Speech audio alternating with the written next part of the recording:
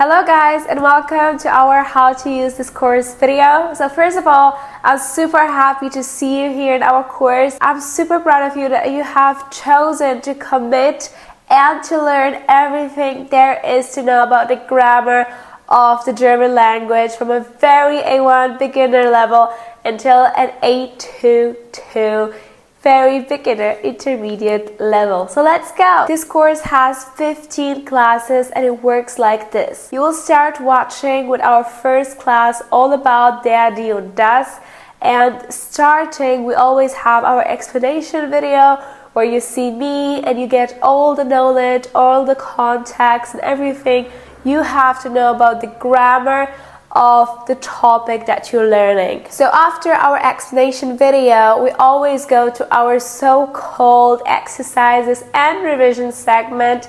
And what you do in here is we write together on our big whiteboard all the revision that we take from the explanation video so that you can repeat and test your knowledge of everything you have learned with me so far. So once that is done, our revision segment, then we move on to our amazing exercises segment where you get the chance to finally test yourself and test your knowledge and see how good your German grammar is. So once you do this, you have completed the class, and I'm super proud to see you do that to each of the 15 classes that are awaiting you so you can conquer your beautiful, strong and fluent German voice.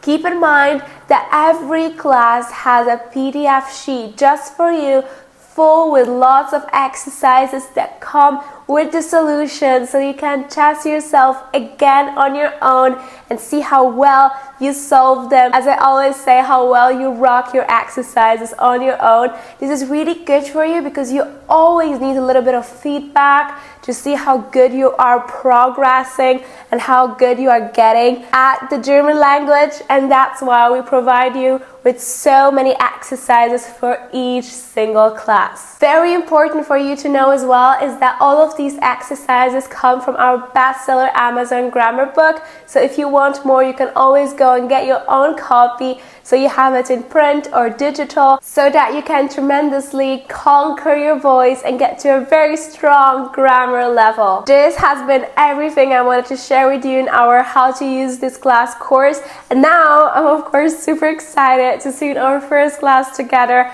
Super pumped, super ready. Let's go and conquer your amazing German voice. Are you ready? Then I will see you in our first class together. Let's do it now.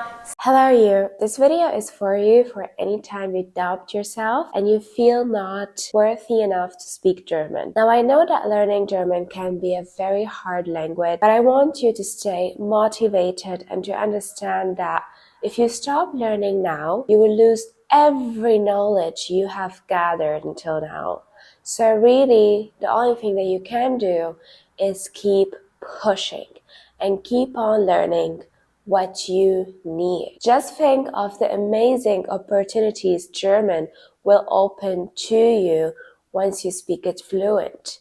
All the job opportunities that you can have, all the German friends that you can make, and also the feeling of belonging every time you go anywhere in Germany where you feel that if someone speaks to me, I can actually answer, and I also can answer correctly. You have bought this course for a reason. You have not bought it only to buy it and leave it. Okay, so now that you are here, I want you to stay committed and to actually learn everything we have prepared for you. I know that it's hard. I know that it's not easy. I know that you doubt yourself. I know that you have a million excuses why you cannot speak German, but none of them is the solution for you. Giving up is not the solution for you.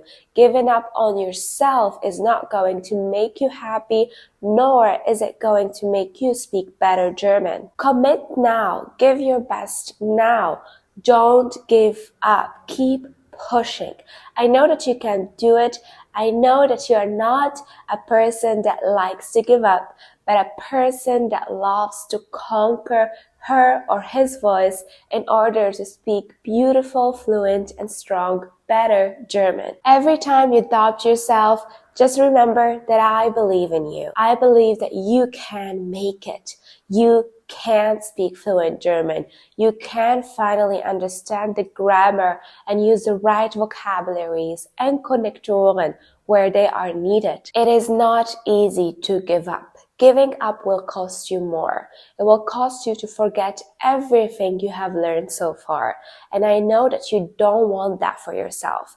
You have already invested so much energy and so much time into learning German. So why give up now?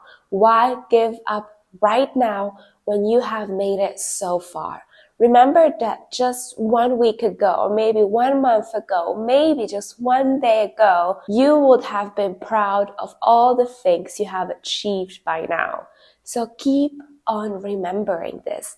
Keep on being grateful for all the things that you have learned so far, and keep on disciplining yourself, pushing yourself forward to conquer your beautiful German voice. This course is here for you, and I, in my digital form, are here to teach you everything you need to know. Please come back and don't give up. Maybe you need a break of 1 day or 2 days, but not a break of 2 weeks or 1 month. If you do that, you're only sabotaging yourself. I want you to speak better German. I believe that you can do so. And as always, I'm super excited to see you in our class to help you conquer your German voice. So guys, see you in class. Show up, and I'm super happy to see you there in our German class. Hello guys, and welcome to our first class together in our German course from A11 until A22. I am so excited to have you here, and I cannot wait to teach you everything you need to speak fluent, better German. Are you ready? Then let us start. So today, this is our first class together, and of course, we will start with the articles. The articles are super important when it comes to the German language. When do we use der? When do we use das? And when do we use die? Now, you know, der, die, das, a very big topic, but really it can be so easy once you have some endings that help you choose the article. Now, let's talk a bit about grammar before we dive in our hacks for this lesson so you talk better German. And then we, of course, have our revision segment as well as our exercises segment. Talking about the basics of grammar, in German we have 3 genders. Yes, you heard it correctly. And of course, I am meaning the genders of the words. In German we say Geschlecht. Now we have der, which is männlich. Then we have die, which is weiblich, and das, that is of course neutral. And really, we cannot know which article we need. We have to always learn it by heart. So memorizing is a big part when it comes to learning German. And of course, once you have conquered your German voice in the grammar, then it's super easy for you to talk German as well. Now, let's talk about these hacks, because as I told you right now, no, you cannot figure it out on your own. If you need der, die, or das, you have to learn it. Let's see how I can help you today.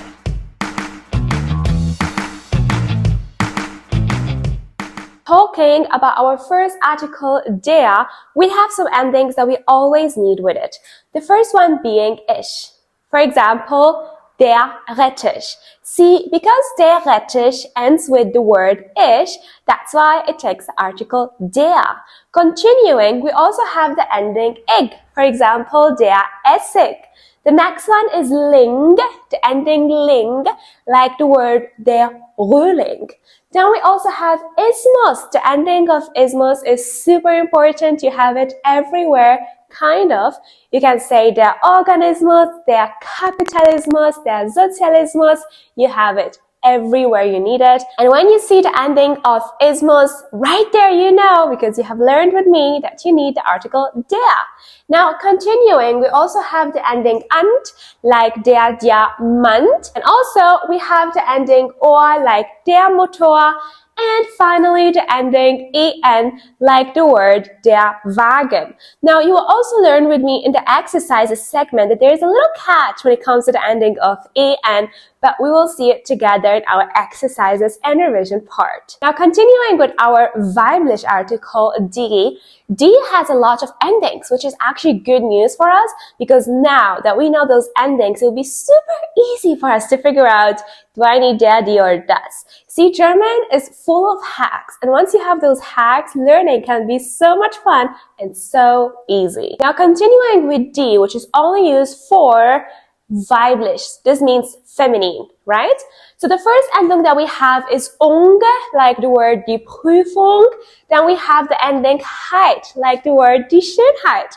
Then we also have the ending keit, like the word die Möglichkeit. Continuing with our next ending of Schaft, this word, like Ismus, is kind of like everywhere. You say die Partnerschaft, die Freundschaft, and so many other words. In fact, once you see that a word is ending with Schaft, right there you know the article is die. Continuing, we have the ending I, like die Metzgerei.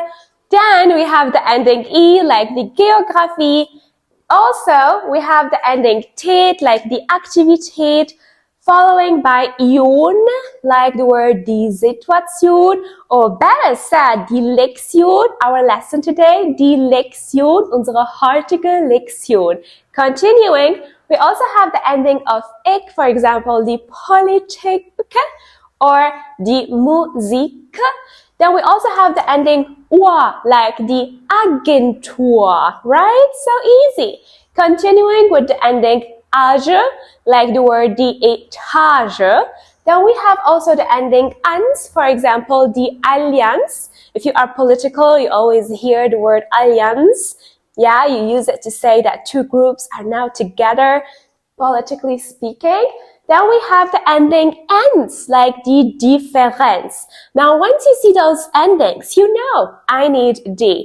And that's why this course is going to help you so much. And I'm so excited to see all of your amazing reviews and all of your amazing results and hearing that you now can understand the German grammar and that you can speak fluent and better German. I'm so excited. Now, continuing with our article das, which is neutral, as you guys can see, we have a smaller list, which is kind of good because we don't have to learn so much, right?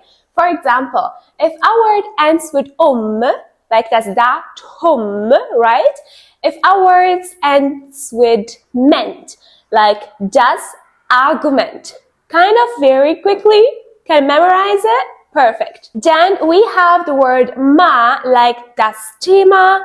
Then we have the ending of et, like das Ballett. Also, we have the ending of schön and line. Now, you will also learn with me this in our exercise and revision segment. Those are so-called Diminutives. And we use them to make words kind of like sound smaller and cuter. We say das Brötchen, das Mädchen, das Fräulein, and so much more. Anyway, I have been talking about our exercises and revision segments so much. In fact, they're coming up right now. Are you ready? Then let's go and do them together. And I'm so excited to see you conquer your German voice and talk better, strong, fluent German. Hello du, hello you, and welcome to our revision and exercises segment. If you like this lesson, remember to write your review right now on the platform you're watching on. Hello guys, and welcome to our revision and exercises segment. This is our first segment together for our first class, class number 1. Now, our grammar topic in here is the articles, der, die und das. And we will revise together what we already learned in our explanation video so that you really keep it in mind and memorize it. Now, when do we need the article der? We need the article der for every word that ends with ish. For example, der Rettich. We need the article der for every word that end with ig, like the word der Essig. We also need the article der for every word that ends with ling, like der Frühling. We also need the article der for every word that ends with ismus, like der Organismus.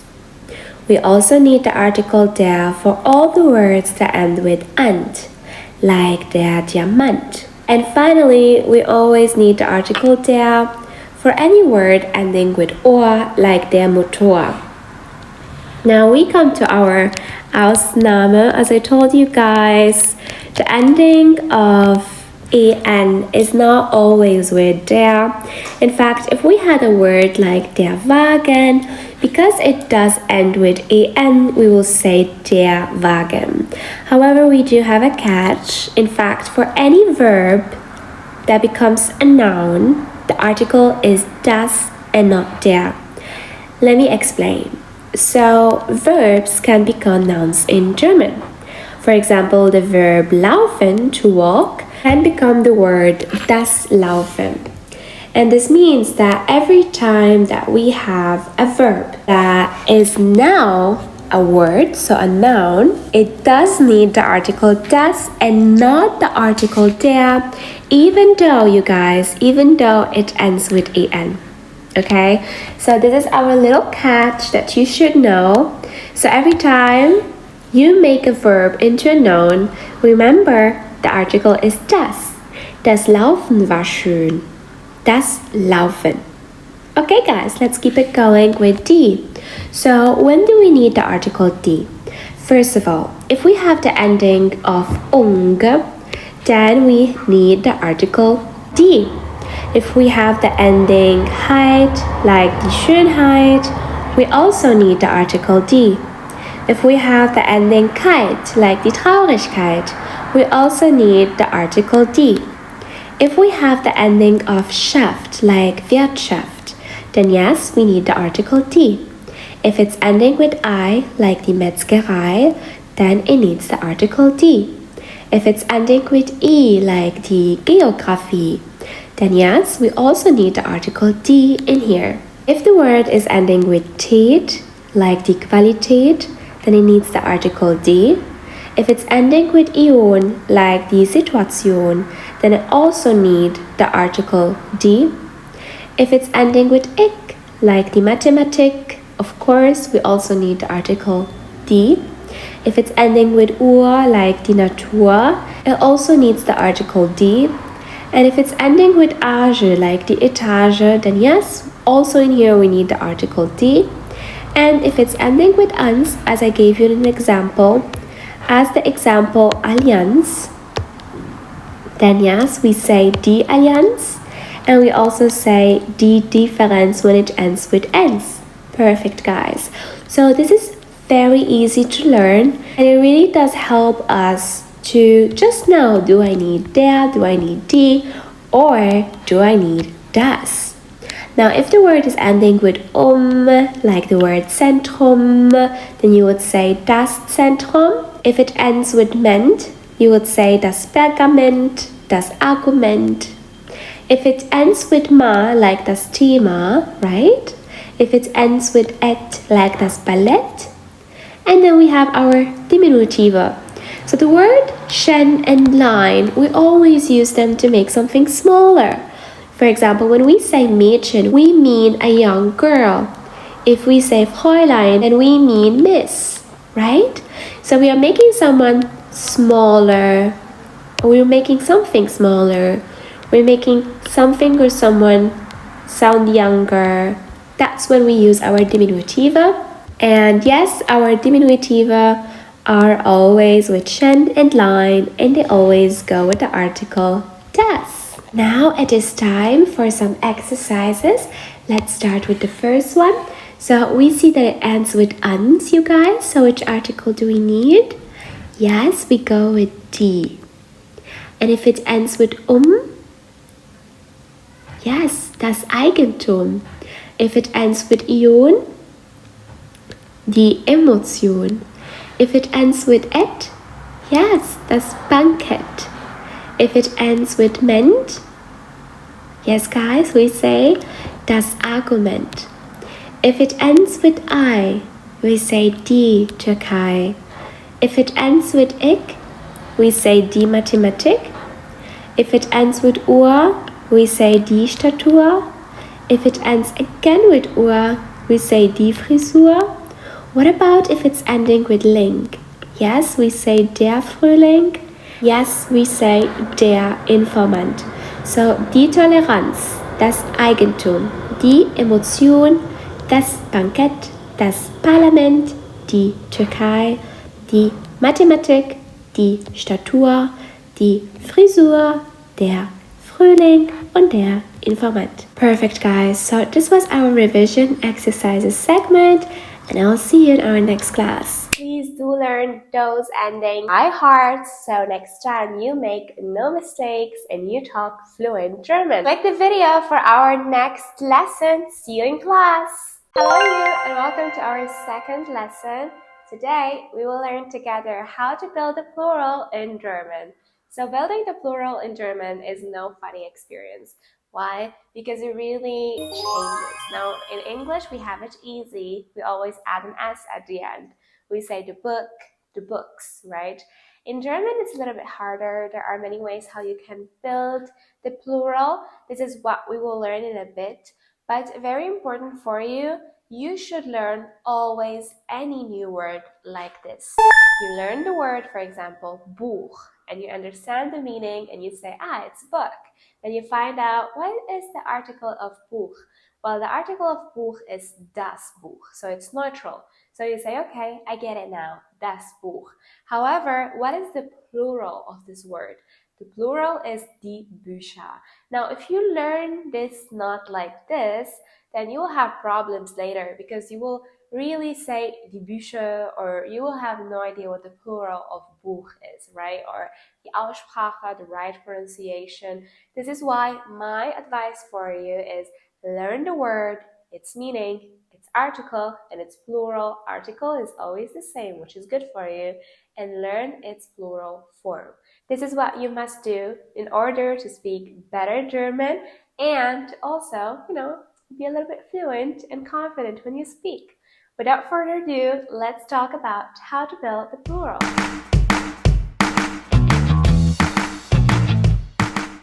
So right now we are talking about der Kasus Nominativ. Just keep this in mind. You don't have to understand what it is. We will talk about it in the next lessons. But please just keep in mind those are the articles for Nominativ, and the plural Artikel from Nominativ is die. So it's very, very fun. Now the first one is der Eimer. Der Eimer stays the same. There are many words in German that stay the same. Der Eimer is just one small example. Der Mantel changes, and now it is die Mäntel. You can see in here we have unsere Umlaut bei der A, unsere 2 Punkte. Die Aussprache ändert sich, so the pronunciation is now different. You don't say die Mantel, you say die Mäntel. Keep in mind this kind of A, so this A mit 2 Punkten is nothing else but an A. When we talk about pronunciation, right, we just say A. That's why we say die Mäntel. Very good. Now, next word is das Boot. Das Boot wäre die Boote. Der Baum, die Bäume. Now in here also we have something fun with pronunciation. So when it is only AU, we say au. But when we have an A umlaut by A, now we say oi, oi. And that's why we say die Bäume and not die Baume, okay? Very good. Next one is das Ei. Das Ei wäre die Eier. Das Buch, die Bücher. Das Hemd, die Hemden. Das Auto, die Autos. Die Lehrerin, die Lehrer. This is always the same ending when you have a feminine word that becomes plural. For example, if you say die Lehrerin, which is a job, then you would say die Lehrerinnen. And if you also say die Freundin, you would say die Freundinnen. However, please don't think this is the same for every weiblich, for every feminine word. For example, die Frau, it's not die Frauinnen. It becomes die Frauen.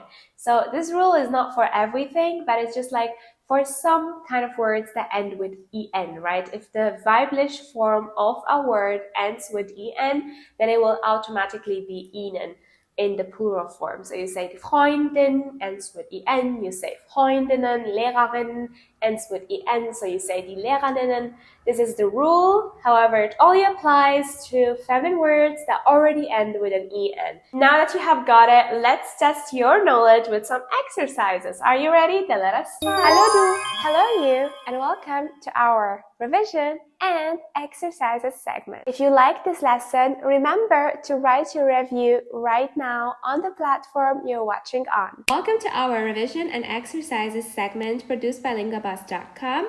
This is our lesson class 2 and our topic is Regeln zur Pluralbildung. How do we build the plural? Keep in mind that everything that we are teaching can be found in our grammar book.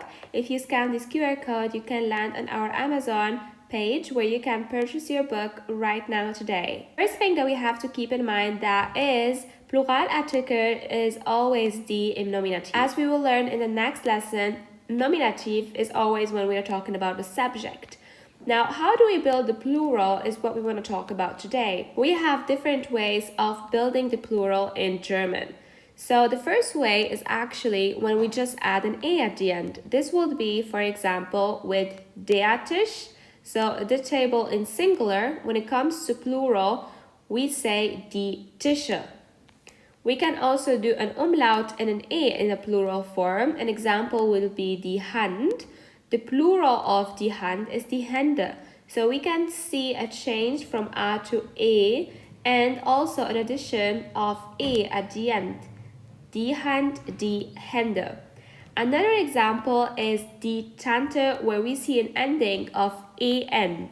Die Tante, die Tanten. As you can see, we don't write two e, we don't say die Tanten, but we only keep an e that we already have and just add an n.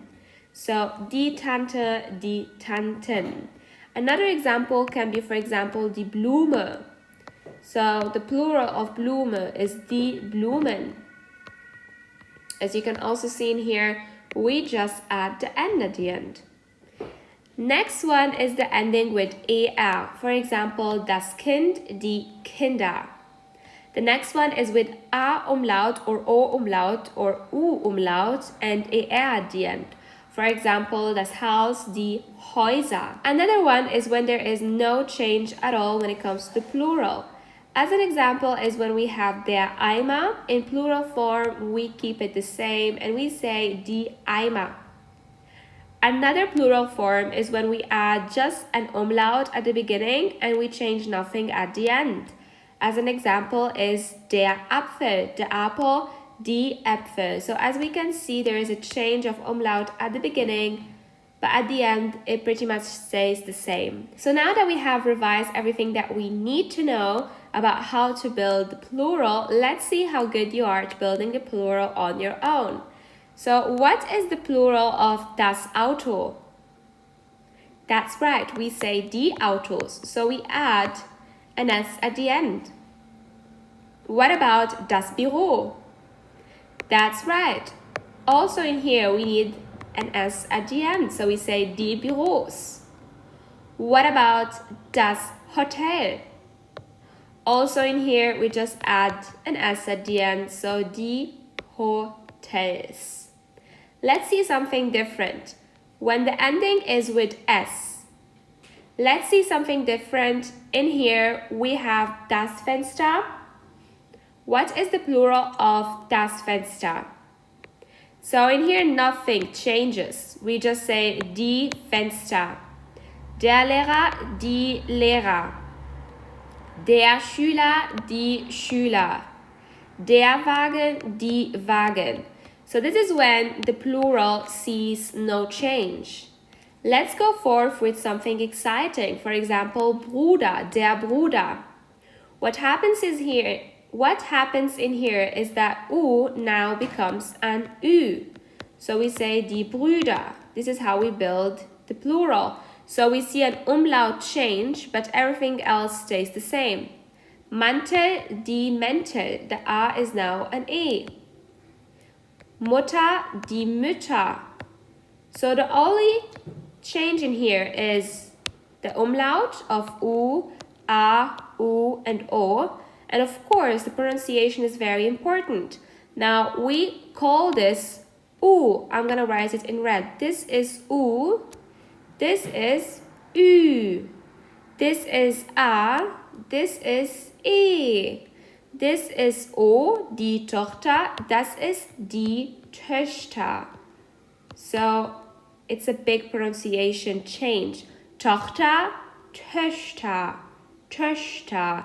Pretty much the O is now an Ö.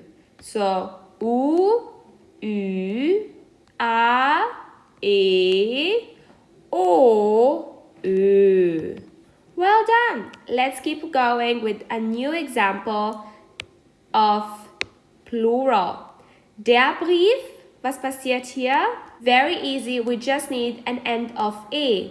So der Brief, die Briefe. That's what we do.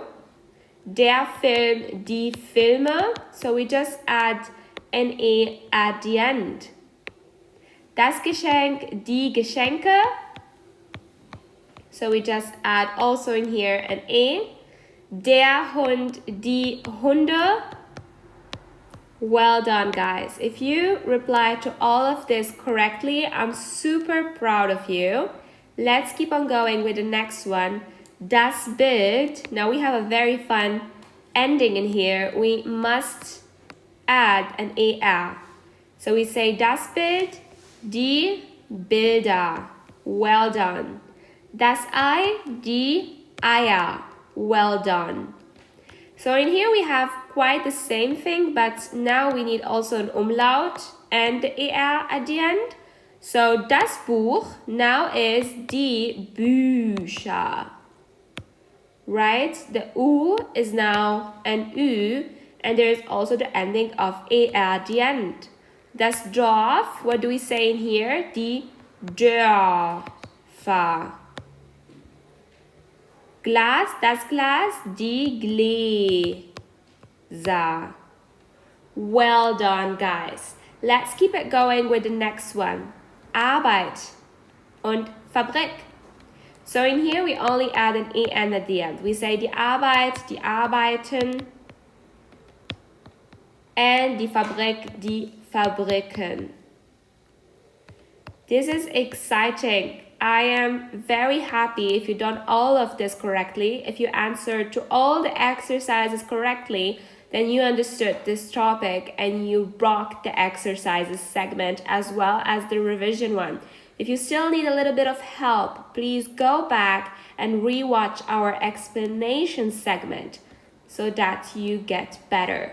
So I left the best for the last of class. In here, we need an A umlaut as well as an A at the end. And this umlaut can mean A umlaut or Ü umlaut or O umlaut. So der Arzt, die Ärzte. As you guys can hear, we go from A to E. That's the pronunciation. Der Arzt, die Ärzte. So E at the end. Der Gast, die Gäste, so die Gäste, so A umlaut, and now also an ST and E at the end, die Gäste. Und der Sohn is now die Söhne. Exciting. From O we go to Ö. So from A we go to E, and we add an E at the end. And from O we go to Ö, and we add an E at the end. And also from U we would go to, and also from U we will go to Ü and add an E at the end in this type of plural building. Well done, guys. So this was actually it for today's revision and exercises. Keep in mind you find more exercises in our grammar book, so scan it right now and get yourself your nice book, be it printed or digitally if you want to keep on exercising. And we will see each other in the next class. Now that you've got the hang of it, let's go and learn better German even deeper. This time we will dive in the basic structure of phrases, and we will learn what the difference is exactly between a question and just like normal sentences and how we can build them on our own. Are you excited? I am as well, and I will see you in next class. Hello you, and welcome to our third lesson where we will be learning all about basic structure of a German sentence. Now, in German, we have two kind of like very important sentences. We have an Aussagesatz, in which I just tell you something, I'm informing you of something. And then we have the question. That's what we call die Frage.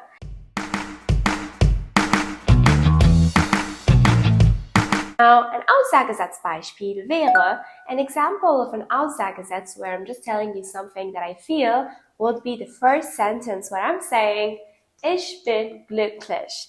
Now, when I say, hey, I'm happy, I'm just informing you how I feel. Now, what is important in here? The subject, ich, is always in the first position. The verb, bin, must always be at the second place, and whatever comes after it comes. This is the very basic structure. We always need the verb at position 2 and the subject preferably at the first position so that we have an Aussagesatz. Now, when we ask something, when we make a question, wenn wir eine Frage stellen, dann brauchen wir das Verb auf der ersten Stelle. So, when we are questioning something of someone, questioning ourselves, we need the verb at the first position. And that's where we say, bin ich glücklich? Am I happy? Bin ich glücklich? This is pretty much the same in any kind of language, and this goes also for German as well. Verb at the first position is a question. Now, let's talk about an exception, eine Ausnahme. So when we have one Nebensatz and one Hauptsatz, and they both meet each other, then the verbs must also meet each other. What do I mean? Let me explain. So my Hauptsatz is here, ich gehe spazieren. Hauptsatz is just a sentence where I'm saying something and I need no explanation for it. In English, we say main sentence. However, we also have another sentence, our explanatory sentence, where we are giving the reason why we're doing something. In German, we call it Nebensatz. So when I say, weil ich glücklich bin, gehe ich spazieren, you can see that both verbs are meeting each other, bin und gehe. This is what happens when Nebensatz goes for, so it goes before the Hauptsatz. Now, if I start with Hauptsatz, Nebensatz, I would say it like this.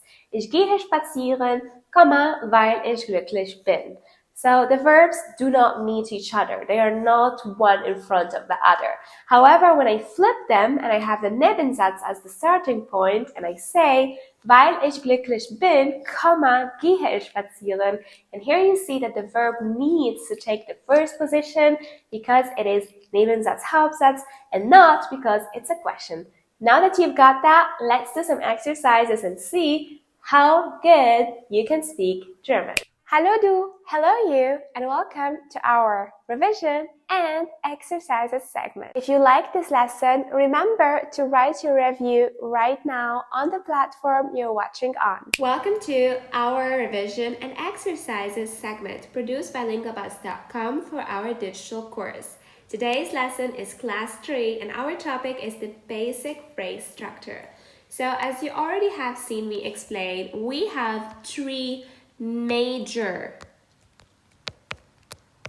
Satzarten. So 3 very important types of sentences. The first type of sentence that we have, so unsere erste Satzart, ist hier unsere Aussagesatz.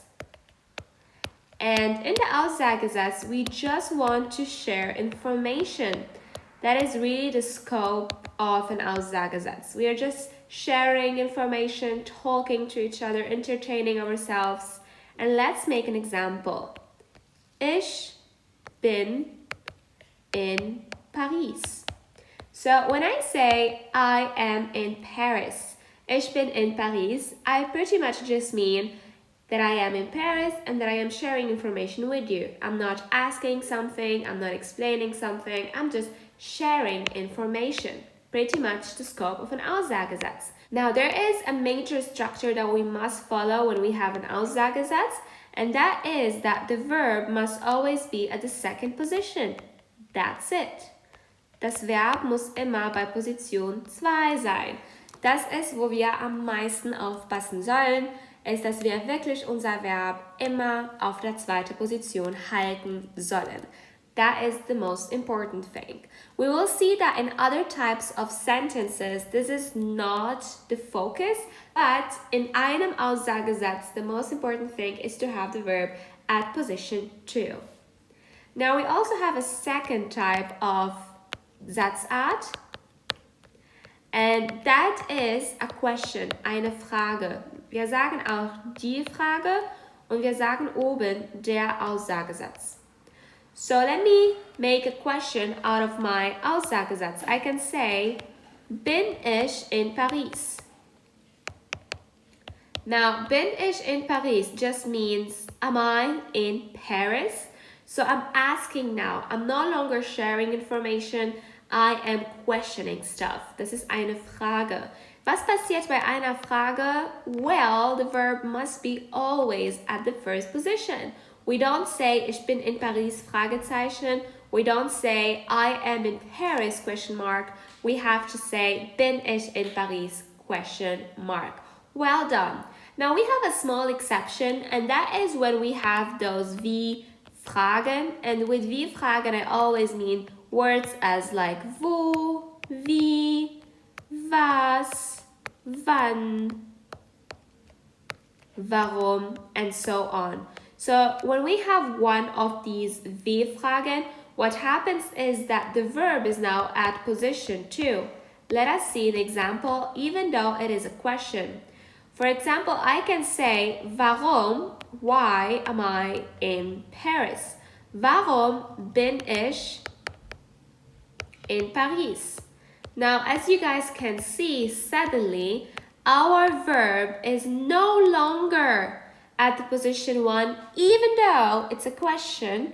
The why, the wie, Frage, the warum is taking place number 1, and the verb is following at position 2.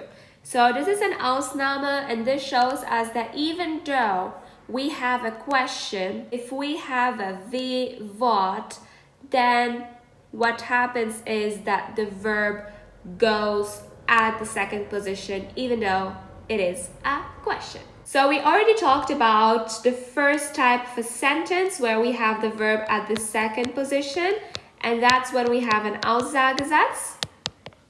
And we already now explained when we have the verb either at the first position or a second position, and that's when we have a question, eine Frage.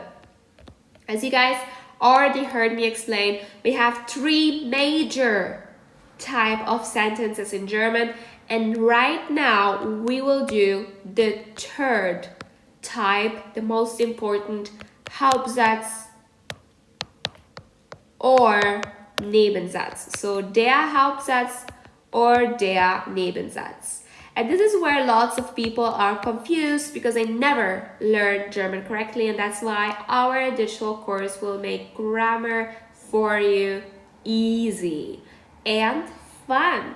The course is really made for you so you can speak better German and conquer your voice. That's really the goal why we're making it. So an Hauptsatz in English is literally a main sentence. And a Nebensatz just means a side sentence. And now when we're talking about the main sentence, in here, it really has the same power as an Aussagesatz. So it is really as if we're having an Aussagesatz. And now what follows it is always something that explains the main sentence. So it's always something explanatory.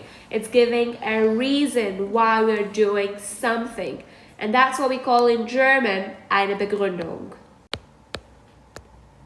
So it can either be eine Begründung, explanation of something, or we could also be just giving more details, like more information, and that's also a Nebensatz. Let's make an example. If I say, ich bin in Paris, then you guys already know, well, this is a main sentence because I'm just sharing information. Das ist ein Aussagesatz. However, now I can add a Nebensatz, and Nebensatz always need a connector, so a connection. That's why we also have a book of B1 Konnektoren. It's really our bestseller book on Amazon. It really helps you to get all the B1 Konnektoren that you need if you want to talk at a B1 level.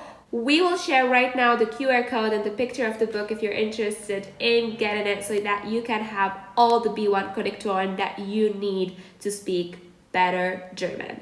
So, ich bin in Paris. Now I can add some other side sentence that really is only explaining stuff. For example, I can say, weil ich reisen mag, because I like to travel, right? A very important signal when we have a Nebensatz is when we already start with a connector and when the verb is at the ending. So there is a huge difference. You see in the Aussagesatz, the verb is at position 2. In a Nebensatz, the verb is usually always at the end. Also, we always have a connector. This is very important. And now what we want to do is we want to connect both of these sentences together. And there are two ways to do this. So we can say, ich bin in Paris, weil ich reisen mag. Okay, and what do we need is a comma between both. The verb needs to be at the end and the first verb needs to be in the middle at position 2. And right now we are connecting ein Hauptsatz plus ein Nebensatz. That is what we're doing right now here. However, we can also start with the Nebensatz first and then the Hauptsatz. That would be, weil ich reisen mag, Komma, bin ich in Paris. This is very important, guys. Lots of people do this wrong, so please keep your attention in here. So both verbs must meet each other right now. And the verb of the Hauptsatz is now taking position 1. So everything is staying the same in the Nebensatz. Only in the Hauptsatz, the verb is switching and it's going forth. Weil ich reisen mag, bin ich in Paris.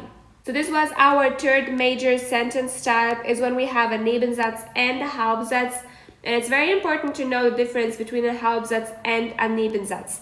Keep in mind, the Hauptsatz is literally just an Aussagesatz. It's only sharing information. And a Nebensatz is always giving details or giving an explanation. And that's why a Nebensatz loves Konnektoren. Let's talk about them now. So let's talk about when we have an Hauptsatz plus Hauptsatz. This sometimes happens. And let's talk about which Konnektoren are always with an Hauptsatz and which Konnektoren are always with a Nebensatz. This will make our life so easy when we are trying to figure stuff out. So ein Hauptsatz plus ein Hauptsatz would, for example, be wir müssen gehen und Eis kaufen. So in both of these sentences, we are only sharing information. We have to go and we have to buy ice cream is just sharing information. We have to go, we have to buy ice cream. And this is very clear that both of these sentences are main sentences because we have und. So the connector und is always für Hauptsatz. When you connect a Hauptsatz to an Hauptsatz, you use the connector und, or you use the connector oder, or you use the connector sondern, or you use the connector aber. Those are the connectors that you should know really at an A2 level. And what happens is the verb pretty much stays the same, nothing changes. Yeah? For example, we can say Lisa geht nach Hause oder sie bleibt bei Lara. So Lisa is going home or she's staying at Lara's. And what happens is the verb is always at position 2. This is a clear signal that we have Hauptsatz, Hauptsatz. And these are the Konnektoren that we need: und, oder, sondern, aber. So the Konnektoren that we use when we have a Nebensatz are different Konnektoren. We use weil, obwohl, denn, da, und ob. And they are always giving us an explanation or giving us details. For example, we can use the example from here. This is our Hauptsatz. We will take it and now connect it to a Nebensatz. So this is our Hauptsatz is wir müssen gehen. Okay? And now we will connect it to a Nebensatz. We say wir müssen gehen, weil wir zu spät sind. We have to go because we're too late. As you can see, this is an explanation and the verb is at the end. Wir müssen gehen, obwohl wir den Bus verpasst haben. So we have to go even though we missed the bus. Also in here we're saying, pretty much we're giving an explanation. And the verb is at the end. Wir müssen gehen, denn wir sind zu spät. Now in here we have a small exception. This is very important, guys. This is a Nebensatz, but the verb stays at position 2. I know this is confusing, but this is an Ausnahme, okay? This is an exception. Wir müssen gehen, da wir zu spät sind. Da has the same meaning as weil and denn. These green words have the same meaning. For the last connector, we cannot connect both sentences. We must change something. We can, for example, say, wir müssen fragen, ob du mitkommst. We have to ask if you come with us. Because we have to give some kind of choice. So, wir müssen gehen. So, this is why we're saying, wir müssen fragen, ob du mitkommst. We have to ask if you can come. And also in here, the verb is at the end, am Ende. So I know I am revising a lot with you, but this is very important. Let's revise again. Hauptsatz, Hauptsatz, we need this Konnektoren und, oder, sondern, aber. And if we have a Hauptsatz, Nebensatz, we must use weil, obwohl, denn, da, oder ob. And the list goes on and on and on and on because we're just giving explanations and we have in German so many Konnektoren. Okay, hold on now. Let's talk about the first sentence. What is wrong? Ich im Laden bin. Now it's clear. The verb, yeah, well done, is an Aussagesatz, so the verb has to be here. This is an Aussagesatz, it can be an Hauptsatz, so our verb must be at position 2. Ich bin im Laden. The second one, sie kann machen das. It's wrong because we now have a modal verb, kann, and machen, infinitive verb. So when we have a certain structure, the verbs must split and we say, sie kann das machen. So machen goes at the end, always, because it's an infinitive and we have a modal verb. Sie kann das machen. Third question, woher sie ist. This is pretty clear. We already talked about this in this revision. The verb must be at position 2 if we have a W-Frage. If you said ist woher sie, like number 4, you're also wrong. Because as we already explained, das W-Wort muss erste Position nehmen. So the V word must take the first position. So the right question in here is, woher ist sie? Oder woher kommt sie? Fifth question, or actually fifth sentence. Ich kann kommen und ich habe Zeit. As you can see, ich habe Zeit is explaining something. Yeah, it's explaining why I can come. That's why we cannot connect this with und. We need weil, because I'm giving a reason why. So we say, ich kann kommen, weil ich habe Zeit. Wrong. As we already learned, the connector weil needs the verb at the end. So, ich kann kommen, weil ich Zeit habe.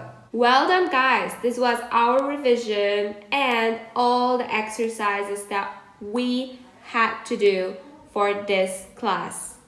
Keep learning strongly, conquer your voice, and I will see you in next class. Hallo du, willkommen wieder. Hello you and welcome. This is our fourth class and together we will be learning how to build das Präsens. Das Präsens ist sehr wichtig. Du wirst das Präsens jeden Tag wirklich in jedem Gespräch brauchen. And this is why we must learn it right. Now keep in mind that when you're learning German, there are lots and lots of grammar rules. German is really one of those languages that has so much grammar, enough for everybody. And this also is the same thing in here for presents. Keep in mind that we have two types of verbs. We have regelmäßige Verben und unregelmäßige Verben. So we have regular verbs and irregular verbs. Now, how do we differentiate between these verbs? This is a question that I get each time when I'm teaching a beginner class on LangAdvance.com.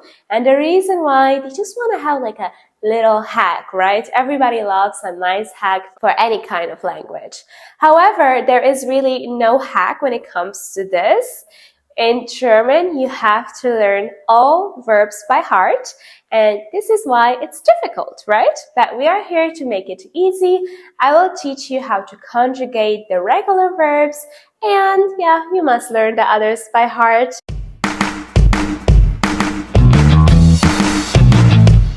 Now, what is the difference? We have something called Stamm. Stamm. Now, Stamm, der Stamm, means in English the root. And we also have something called infinitive. For example, infinitive is any kind of verb that is in its natural state. As example, bilden, sagen, gehen, laufen, kochen, erzählen, scherzen. Das sind alle Infinitive. However, the Stamm comes from the infinitive. As example, if we're talking about a regular verb as kaufen, we will take the verb kaufen and we will build from it our Stamm. How do we do this? Very easy. We take the en away from kaufen and right there, you've got it. That is your Stamm, kauf. Now, that we have our Stamm, we can build our Präsens. Let's see an example. You already know our Personalpronomen im Nominativ. Das sind ich, du, er, sie, es oder man, wir, ihr, sie und sie groß für Respekt. Zum Beispiel Frau Müller. Now that we have our Stamm everywhere, kauf, kauf, and so on, we add the endings for each personal pronouns. So for ich, we take e, and that's where we say ich kaufe. For du, we take st. That's why we say du kaufst. For er, sie, es or man, we say er, sie, es, man kauft. So we have a t at the end. Now for wir, we have an en at the end. That's why we say wir kaufen. For ihr, we also take a t, so we say ihr kauft. And for sie, small written or big written, we say sie kaufen, sie kaufen. This is how we conjugate every regular verb. And as you can see, it's so easy. However, we do have some verbs that are irregular. For example, the verb wissen. Now, the verb wissen means to know. And if it were a regular verb, it would go like this. We would need the Stamm, so we would take the en away. We would have wiss, and then we would say ich wisse, du wissest, and so on. However, this is wrong because wissen is an irregular verb. In fact, the Stamm of wissen is really irrelevant because the conjugation of the presens goes on like this. We say ich weiß, du weißt, sie es weiß, wir wissen, ihr wisst, und sie wissen. As you can see, the verb changes. Sometimes we say wiss, sometimes we say weiß. And this is a poor symbol of a verb that is irregular. So if you are thinking of any verb and questioning yourself, is it regular, is it irregular, just conjugate it and you will find out. If the Stamm changes, then it is irregular.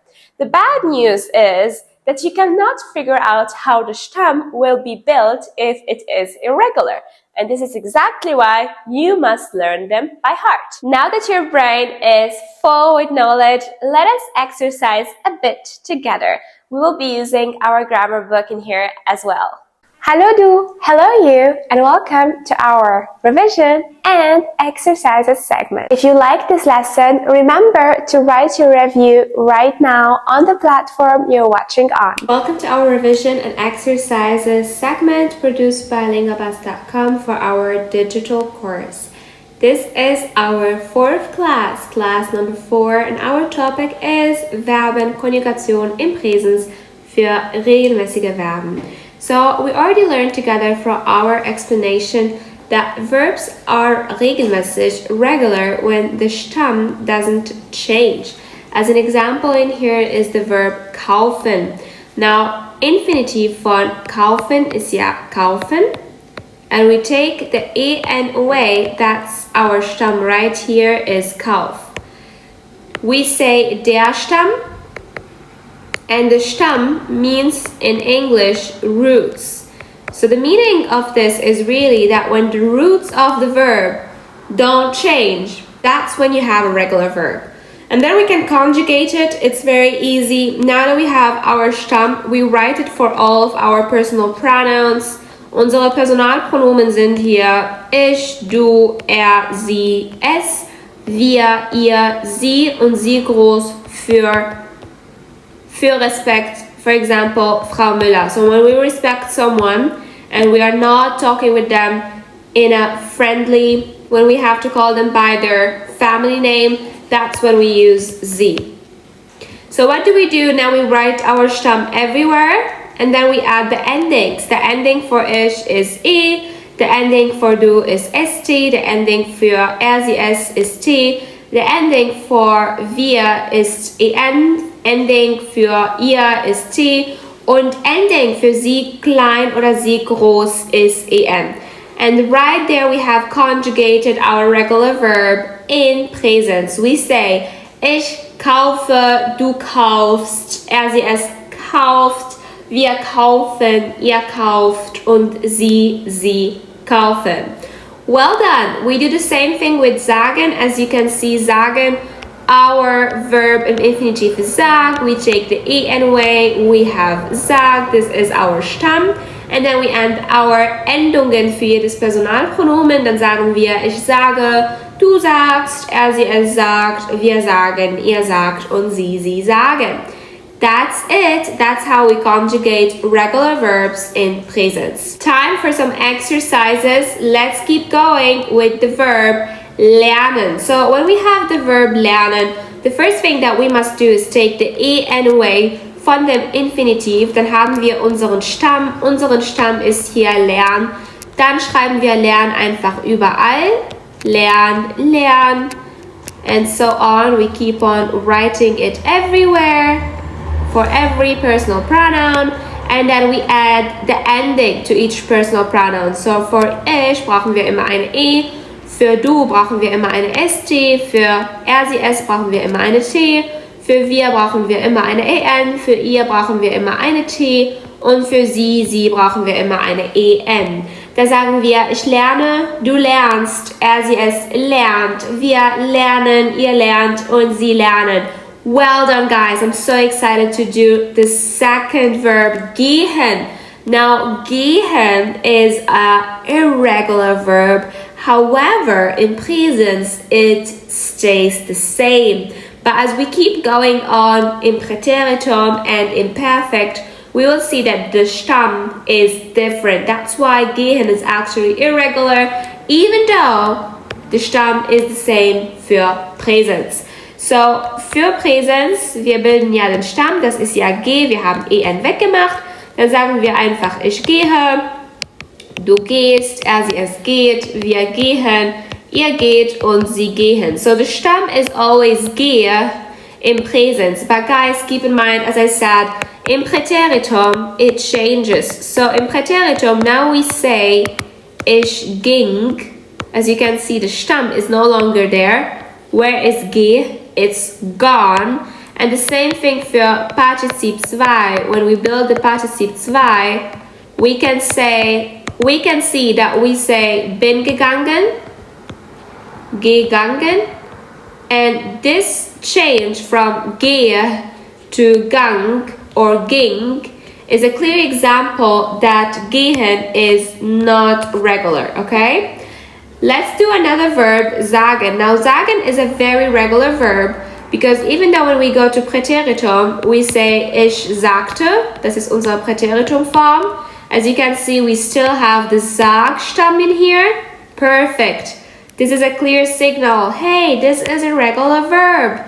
Same thing, so in Präteritum, simple past, we say ich sagte, Präteritum. Und für Perfekt, so Partizip 2, we say habe gesagt, I have said.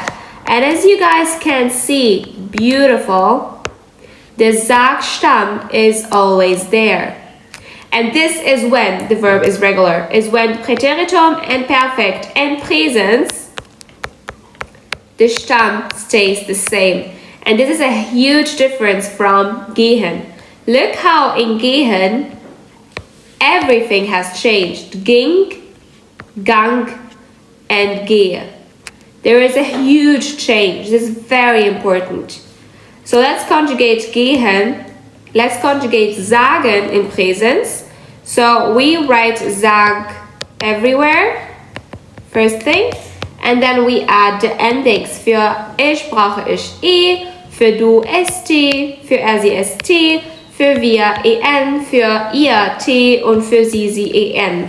Dann sagen wir, ich sage, du sagst, er sie es sagt, wir sagen, ihr sagt und sie sagen. Well done, guys. This is how we conjugate the presence form of the verbs. Now, we already talked in our explanation about some verbs that are a little bit shady, right? Because they are still regular, but they change. Right? And that's what we want to learn.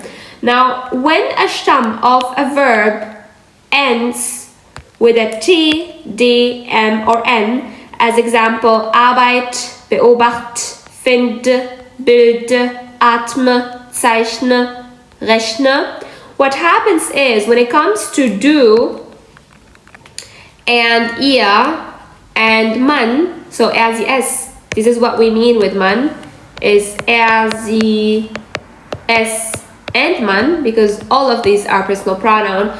We need a little bit of help. We need an a. So why do we do this? It's only for pronunciation, guys. So this is still regular. It's only a bit different. I like to say a little bit shady because it changes only for the pronunciation, but everything stays the same. Our Stamm is staying the same everywhere, so yes, it is regular. And to explain to you more deeper what I mean, if I write like this, if I say atmest, du atmest, you can hear that it does not sound pleasant at all. That's why we need to add this E. And that's why we say du atmest. It's only for the pronunciation. It has nothing to do with the grammar. The same stuff happens with all the verbs that have a Stamm ending with SZ, Z, or an S, like heiß, or heiz, or reis, and reiz. So in here we say, for example, the only change that we see is by du, that's it. Why we change it is because we cannot add two S's in it. I cannot say du reist with two S's. It sounds weird. That's why, because I already have an S in the Stamm, I only add a T. Okay, that's why I say du reist. And I don't repeat the S two times. So I write du reist. That's the only change of the regular rule that we see. Now we have something quite different is with the verbs that end with an er, like ena or dawa. So what happens is we have to change them a bit when it comes to via and z. We don't say, so normally, right? Let's do it the normal way. Let's take the verb ena, which means remember. If you don't know the meaning of something, please Google it. Don't learn verbs without their meaning. That's not a good way to learn. Always Google, translate, write it somewhere and find it out. So let's write the Stamm, it's ena, right? The same thing. Now we have to add the ending of via, and as we learned, the ending of via is en. Now what happens is we don't need this a in here. We only say via enan. This is why it's a little bit shady, because it changes. Also in here, z, enan, same stuff. We don't write the a, we just write the n. So this is what we mean with this ending. I know it's tricky sometimes to understand it on your own. That's why I'm explaining more. Now talking about the last Ausnahme that we have, the last exception to the rule, we can take the verb ending with el or gl. For example, lächeln. Now we take the n away, so we have the Stamm is lächeln. But when we go to conjugate ich, we say ich lächle. That's quite wrong. We have to change it a bit. So what happens is that what we need to do is take this e away. And we say ich lächle. We don't say ich lächle, but we say ich lächle.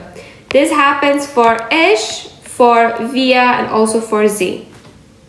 So these are the verbs. So these are the verbs that are a little bit changing due to exceptions. They are still regular, but they change. And we also have the verbs that don't change, that are 100% regular, like kaufen, sagen, lernen, and so on. So now we're talking about Verbenkonjugation in Präsens that are totally not regular. They are unregelmäßig, so irregular. And in German we have about 200 to 300 irregular verbs. And since you cannot know them, you have to learn them by heart.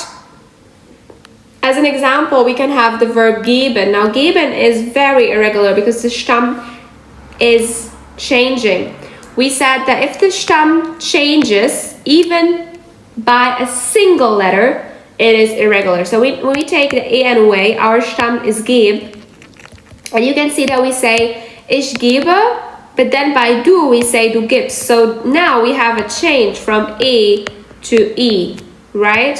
And this is why it's irregular. The same thing happens with nehmen. We see a huge change in the Stamm. Suddenly we're saying du nimmst. Same stuff with treffen, du triffst. And it's very beautiful because this change is not only for the second personal singular, but it's always for the second and third personal singular. So if you learn them, you know them all. You just have to keep in mind that it is only the second and third personal singular that have this change. The other personal pronouns are regular. Only the second and the third personal singular personal pronouns are irregular. So sometimes we have a change from a to e. For example, ich sehe, du siehst, er sieht.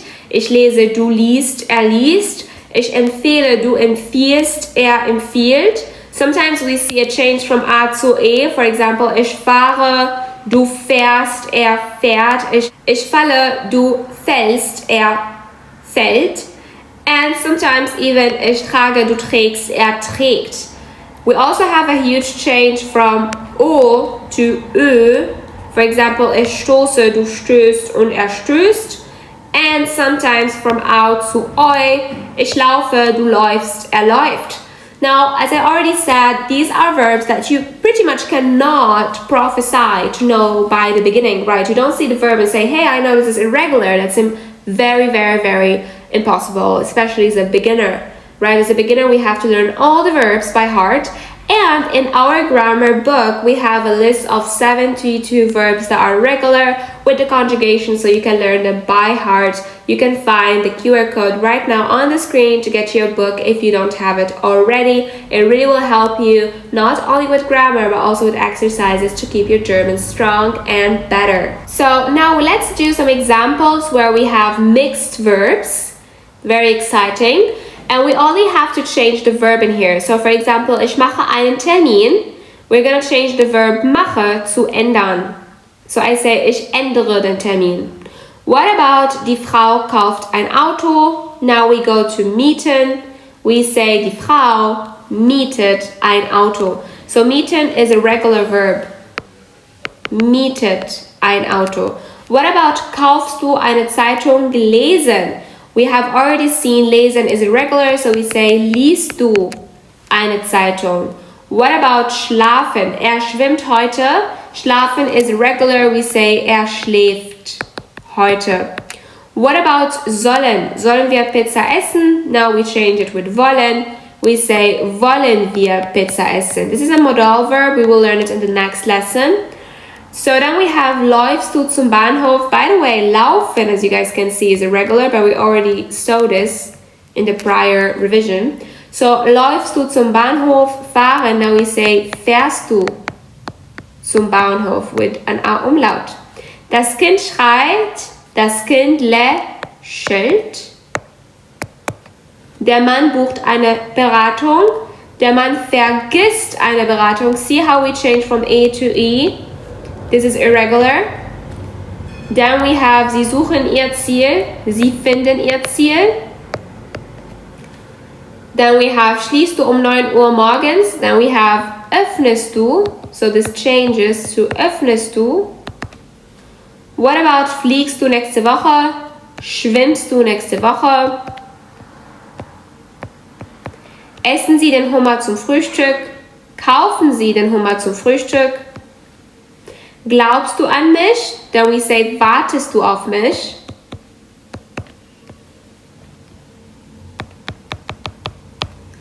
Ich rede mit dir später.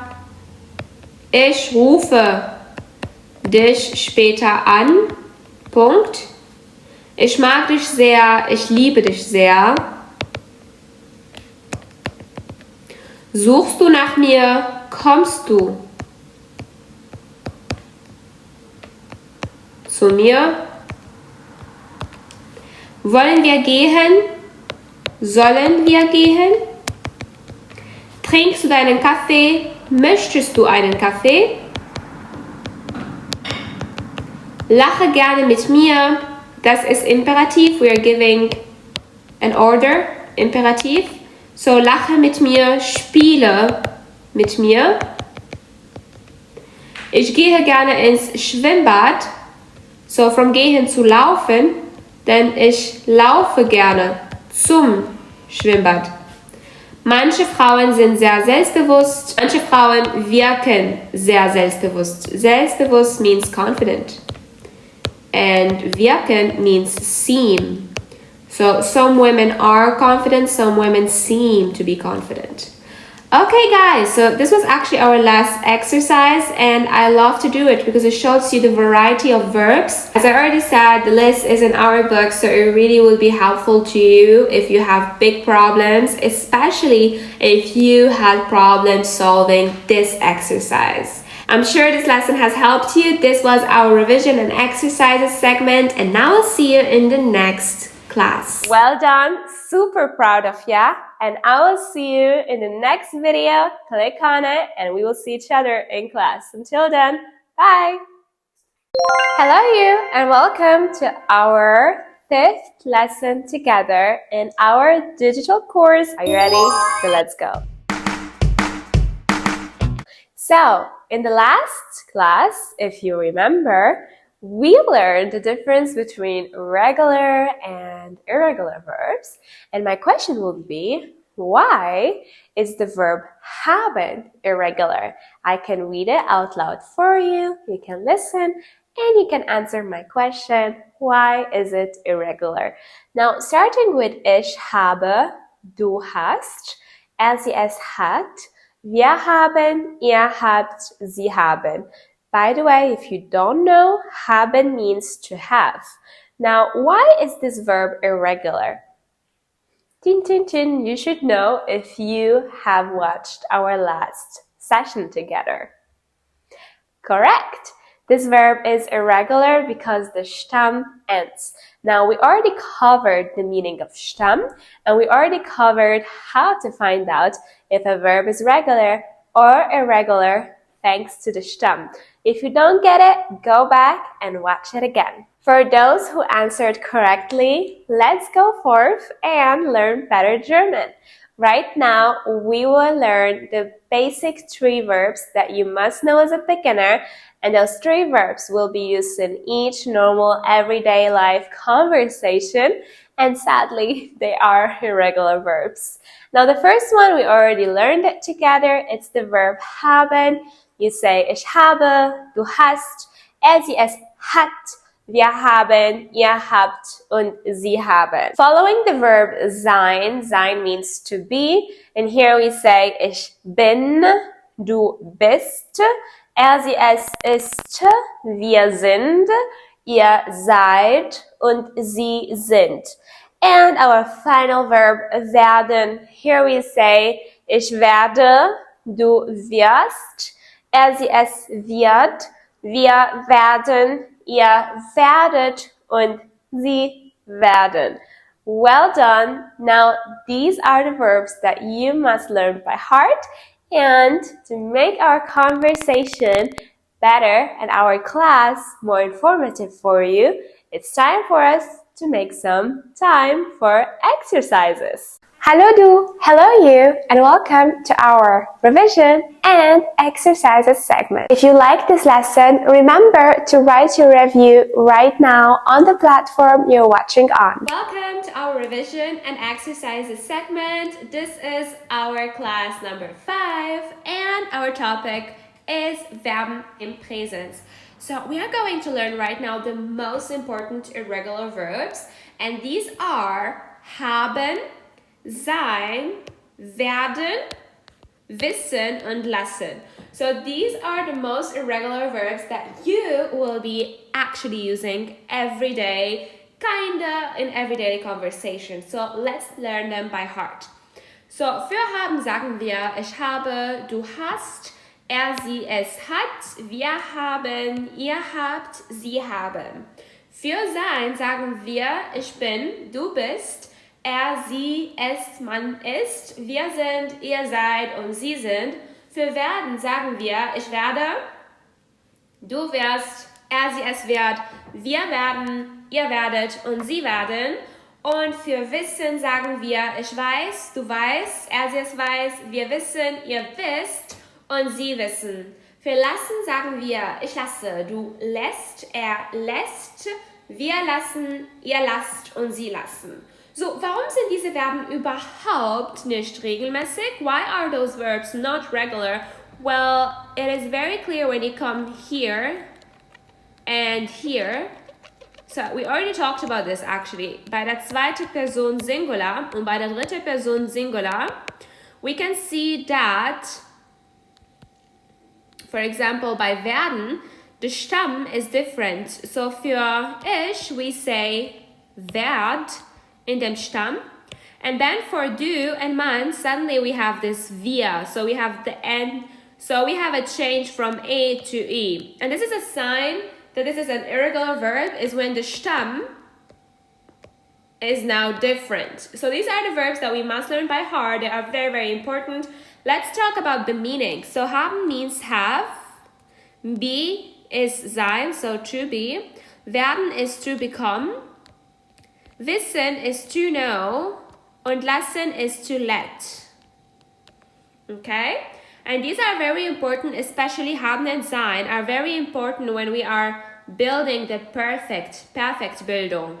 So, are you ready for some exercises? Let's go! Okay, so in here we have lots of verbs, mixed, regular and irregular. And it's so beautiful because we have a sort of like a short story and we have to find out all the verbs that need to be inside of them. Guys, remember that we are using our grammar book, Deutsche Grammatik Verstanden. So if you want more exercises, scan this QR code right now and go check out our awesome book, Deutsche Grammatik Verstanden, with all the explanations, exercises and solutions in one book. So let's start with this exercise, Luisa. So we have the verb machen. Machen means to do or to make. So we say, Luisa macht sich keine Sorgen ihre neue Stelle. Jetzt fahren means to drive. Jetzt fährt sie ihr Auto in die Richtung von ihrem neuen Büro. Sein means to be. So, sie ist ein bisschen verängstigt, aber sie, freuen is means like to be excited, to get excited, you know? So, sie freut, and this is a reflexive verb. In fact, that's why we have sich here again. Sie freut sich auf den neuen Job, and then wir haben jetzt tragen. Tragen means to wear. So, we say in here, sie trägt ein neues weißes Kleid und dazu passende schwarze Pumps. Ihre Tasche sitzen means to sit with no Bewegung und no motion. This is a dative verb. So, ihre Tasche sitzt auf dem Passagiersitz neben ihr. Die Straße sein, to be again. Die Straße ist glücklicherweise nicht voll. Heute geben means to give. This is also a dative verb. We say, ich gebe dir, du gibst mir. So, heute gibt es nicht so viel Stau. Das Wetter, we have aussehen. This is a trennbar verb. And it means to look like. So we say, das Wetter sieht auch ganz beruhigend aus. See, this is why it's trennverb, because you say first the sehen part and then the aus. So it separates itself. That's why we call it trennbares verb. So then we have scheinen. It means to shine, kind of similar to English. Die Sonne scheint und alle Wolken verstecken sich. So verstecken means hide.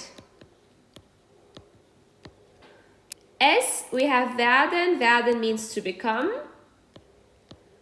So we say, es wird ein ganz schöner Tag. Denken means to think. Denkt sich Luisa. Luisa, sich erinnern an means to remember someone. So, Luisa erinnert sich an ihren alten Chef. Hoffen means to hope. Sie hofft, dass ihr neuer Chef sich ihr gegenüber besser verhalten means to treat someone. So, dass ihr neuer Chef sich ihr gegenüber besser verhält. Jetzt ankommen means to arrive, and this is also a trennbares verb, so we have to split it. Sie kommt gleich an. Sie, noch ein trennbares Verb. Aussteigen means to come out of the car, so to come out of the car. Sie steigt aus dem Auto aus. And by the way, aussteigen is not only for car, but also like for Bahn, if you come out from the Bahn, from the Zug, from a taxi, so pretty much any vehicle. Schließen means to close. So, schließt die Tür. So, verlassen means to abandon. Abandon. und verlässt den Parkplatz. Unterwegs, sehen means to see, so we say, sieht sie. Sehr schöne Blumen. Die Bäume reflektieren means to reflect, pretty much just like English. Die Bäume reflektieren heute eine grüne Farbe. Sein, to be. Es ist endlich Frühling. Guys, what is the article of Frühling? Let me know if you're smart. Yeah, it's der. Well done, guys. It ends with ling. Proud of you guys. Luisas Lieblingsjahreszeit. Noch einmal sein. This means to be, guys. So, Luisas Lieblingsjahreszeit ist Frühling, weil alles neu ist. We just have sein again in here. So, mögen ist ein Modalverb. This is what we're going to do in the next lesson. Mögen means to like. So, Luisa mag, and do you see that the Stamm is quite different? We go from mög to mag. What does this mean? Yes, guys, das ist ein unregelmäßiges Verb. How am I writing unregelmäßig right now? Well done. So, then we have sein. It means again to be. So, aus dem Grund ist sie sehr stolz auf ihre Entscheidung, endlich neu beruflich auch zu beginnen. Luisa, jetzt einen sehr schönen Tag zu haben. The next verb, we're going to actually find it in the next one. I think it's erwarten. Okay, perfect. So, erwarten means to expect, right? She's expecting good things. So, erwarten means to expect. Luisa erwartet, einen sehr schönen Tag zu haben, auch wenn heute ihr erster Tag auf ihren neuen Job ist. To be ist. Next verb, sorgen means to provide. So, Luisa provides already for. So, sorgt schon dafür, dass sie viel Spaß haben. Jetzt werden means to become. Werden means to become, but it's also used to build the future form. That's why we say, dass sie viel Spaß haben wird. So guys, this has been the exercise of today. I'll see you in the next one. Now that you understand the meaning of these verbs and how they look in presence, let us continue learning more. In the next lesson, we will be talking about modal verbs, Modalverben in presence. I'm so excited to see you in class. See you then. Nice to see you again in our 6th class where we are continuing to speak better German. So, right now we will talk about Modalverben. In German we have 6 Modalverben and they are very important. Now, before talking about how to conjugate them, I would love to talk about the meaning and in which context to use them. So, we always have like a pair, you know, they go together. The first one being müssen wie es sollen, wollen wie es möchten, und können wie es dürfen. As you can see, I already grouped them in 3 groups and we have each time 2 verbs that are against each other. Now starting with müssen wie es sollen, müssen means must, so you must do something. However, sollen means to show or out to make something. So you really don't have to do it. It's your choice if you want to do it. Maybe society thinks you must do it. But you say, hey, ich muss nicht, ich soll, right? This is the difference between müssen und sollen. Müssen ist Pflicht. So it's really something that is imposed on you and you must do it rather than something where you have a free will like sollen. Now, next one, talking about wollen und möchten. Wollen means that you want something, you desire something so bad that you cannot live without it, right? This is the meaning of wollen. However, möchten is just like, oh, maybe I would like to have this, but I really don't want it, right? So it's just a wish. Maybe you get it, maybe you don't get it. But if you get it or you don't get it, it's not really a problem to you because you don't really want it, okay? The final ones, können und dürfen. Now, können means I can do something, and it really goes in the context of I am able to do this. As example, ich kann schwimmen. Hey, I can, you know, so I know how to swim. The meaning is really like I have knowledge of something, I can do something, I know how to do something. This is the meaning of können, right? It means that I have the right to do it. You know, it's my right. However, dürfen is right the opposite as well as the other verbs on the other side. So dürfen means that you need the permission from a human being, from a force, from an authority to do something, right? So you're really saying, darf ich das machen? Darf ich das nicht machen? So you're questioning your permission to do something. So let's start now talking about how to conjugate these verbs. In presence, by the way, they are all irregular. Good news for you because you got to learn them by heart. Let's start with the first one. I will write the conjugation here. So, müssen. Ich muss, du musst, er, sie, es muss, wir müssen, ihr müsst, sie müssen. Sollen. Ich soll, du sollst, er, sie, es soll, wir sollen, ihr sollt, sie sollen. Wollen. Ich will, du willst, er, sie, es will, wir wollen, ihr wollt, sie wollen. Möchten. Ich möchte, du möchtest, er, sie, es möchte, wir möchten, ihr möchtet und sie möchte. Können. Ich kann, du kannst, er, sie, es kann, wir können, ihr könnt, sie können. Well done. And last one, dürfen. Ich darf, du darfst, er, sie, es darf, wir dürfen, ihr dürft, sie dürfen. Nice, well done.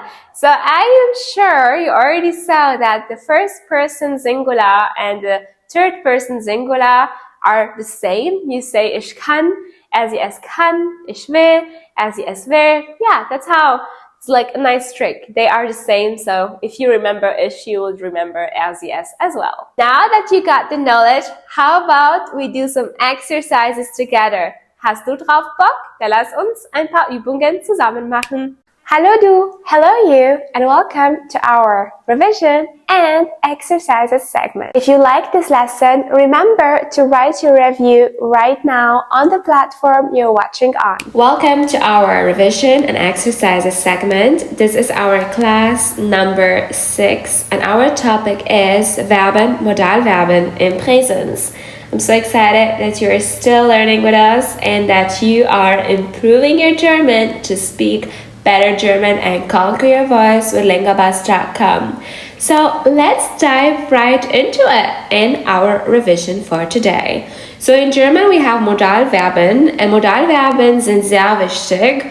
Sie helfen uns dabei, Deutsch zu reden und auch genau auszudrücken, was wir meinen. Es gibt einen großen Unterschied zwischen diesen Verben und das ist genau, was wir jetzt wiederholen werden. So the modal verbs are very important in the German language because they seem kind of like similar, but they are not. They have actually different meanings, as we already saw in our explanation.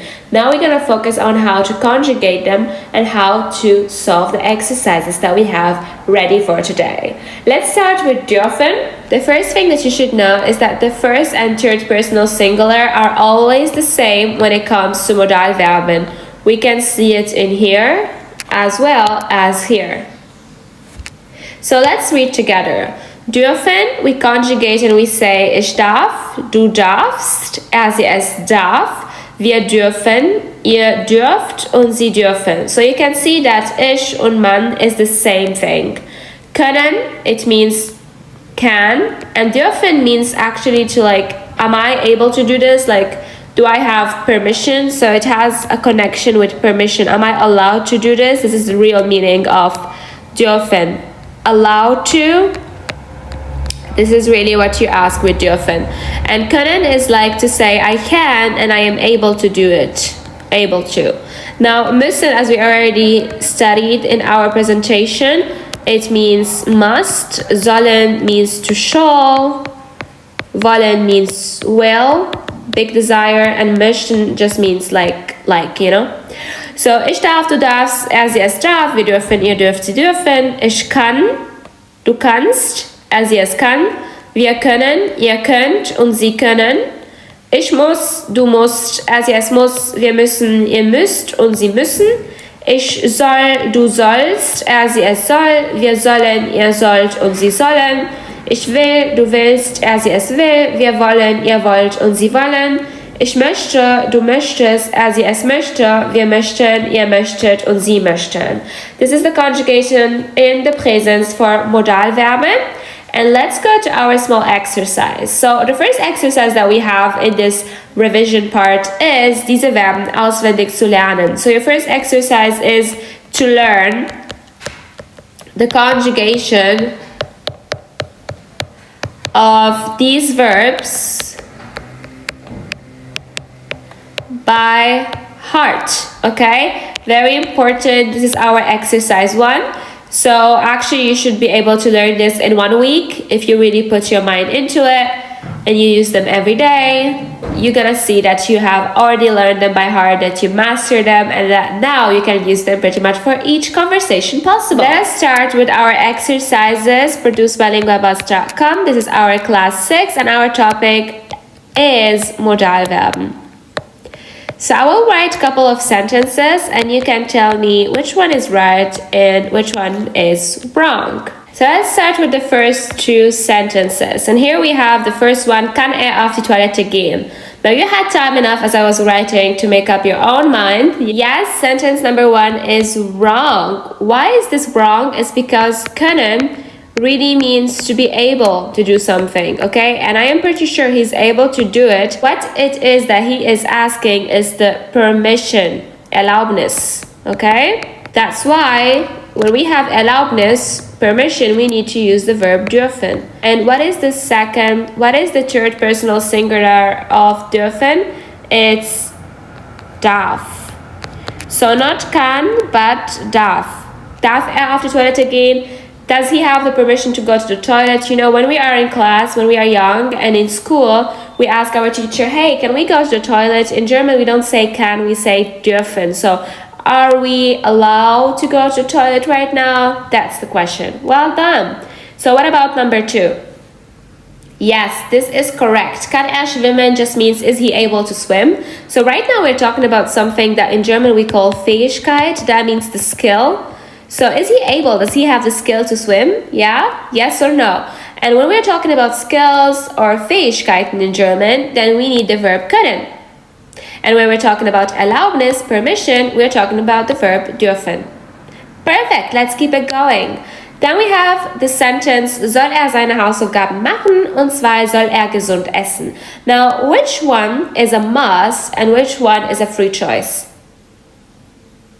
Well done. Soll seine Hausaufgaben machen is wrong because the question is really, muss seine Hausaufgaben machen? You know, when you have homework at school, it's not really a free choice. You have to do them. So, muss seine Hausaufgaben machen? And the second one is a free choice. Soll gesund essen? That's his decision if he wants to eat healthy or no. So, müssen is really a must. We have to do something.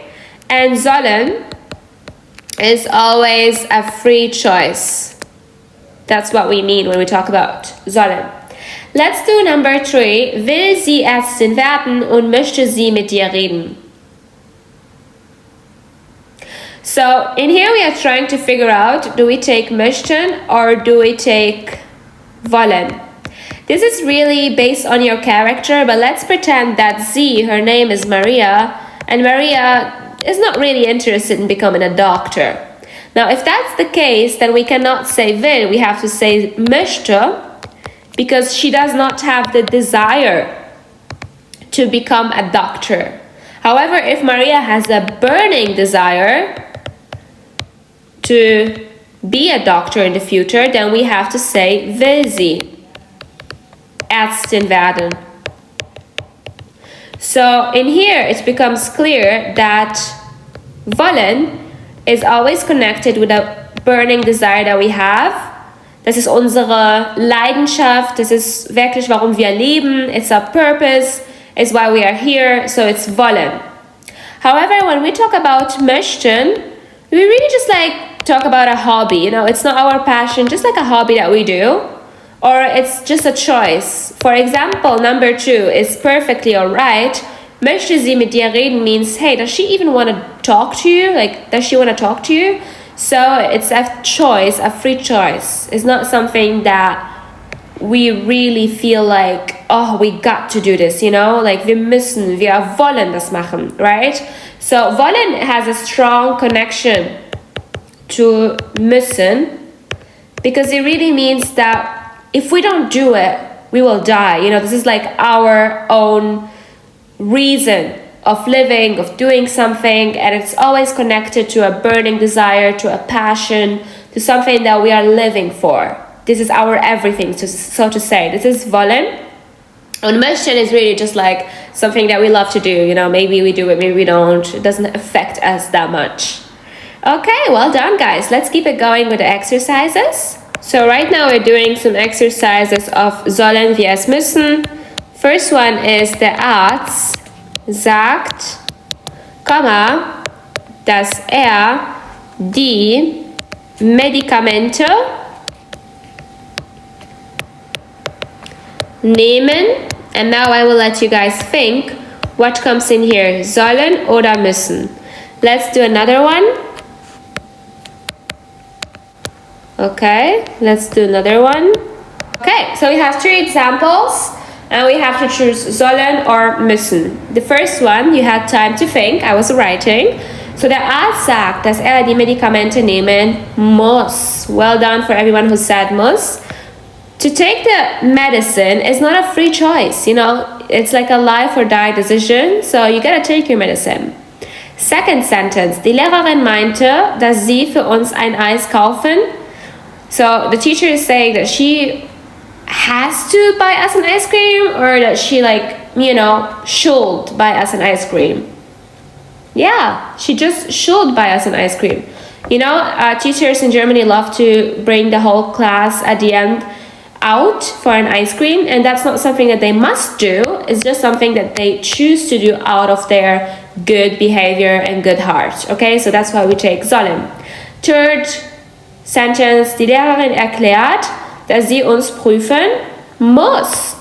The teacher explains that she has to examine us. You know, she has to give us an exam, because if she doesn't do this, she will not know who studied and who did not, right? So this is like a very important thing that we must do to have our grades. So this is the difference between sollen and müssen. I'm pretty sure that you got it now. It really means, do I have to do this? Like, should I do this? Or, hey, is this something that we got to do? Okay, let's keep it going. So, wollen wie es möchten, you had time to read and decide as I was writing. Let's do number 1. Maria, well done, will Anwalt werden. Das ist das wichtigste Ziel von ihrem Leben. So, Maria wants to be a lawyer. This is the most important goal of her life. So, pretty clear, it's a burning desire. Number 2. Maria nach Paris fliegen, wenn das nicht passiert, dann ist sie auch zufrieden. Pretty clear that Maria möchte nach Paris fliegen. Wenn das nicht passiert, if this does not happen, she's still satisfied. So it's not a burning desire because she's not changing her behavior, right? Let's see number 3. Maria das Kleid kaufen, sonst ist sie traurig. Maria will das Kleid kaufen. Maria wants this new dress, or she will be sad.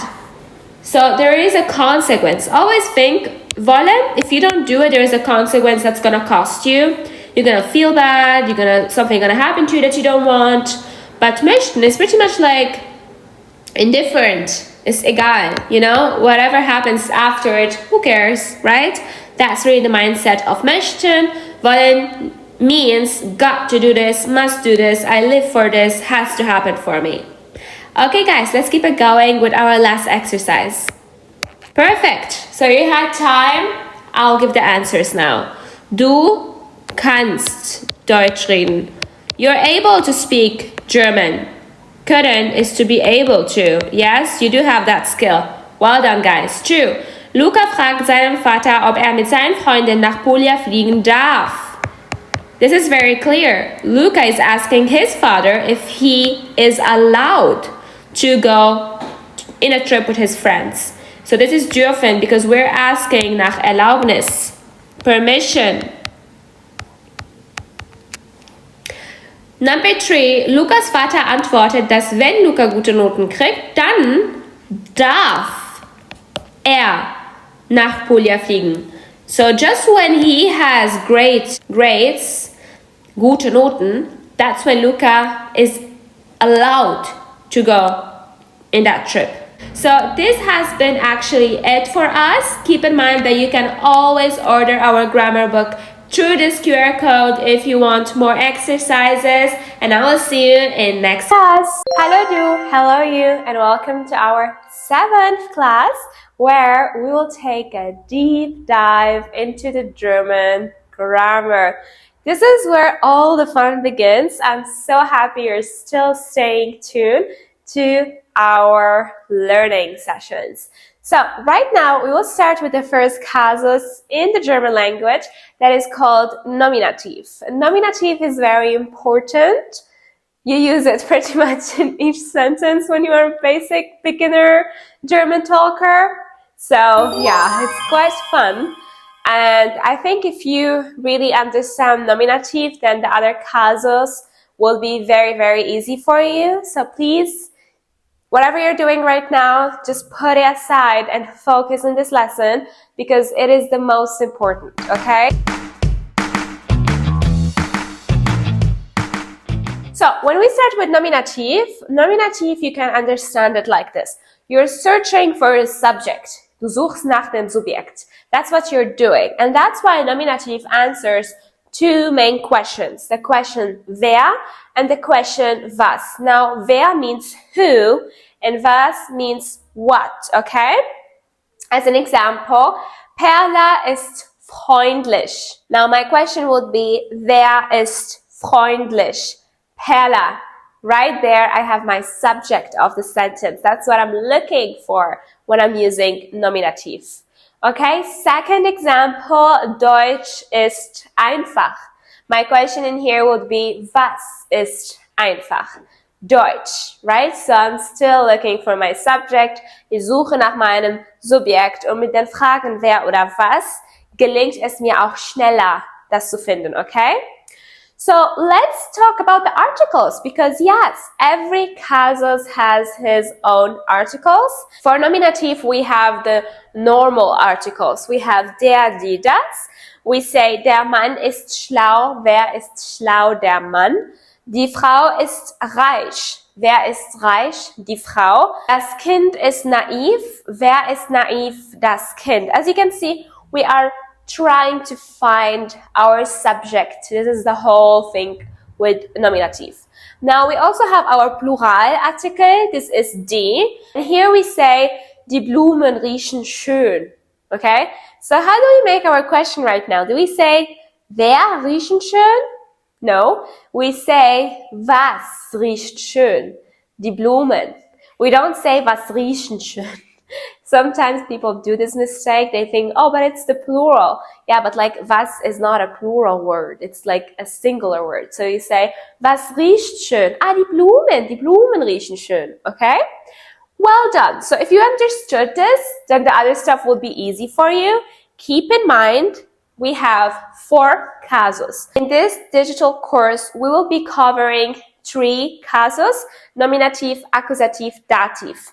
Keep in mind that nominative is searching for the subject in the sentence, and this is why we use wer oder was. Each casus has his own articles and personal pronouns. Now we're just focusing on the articles.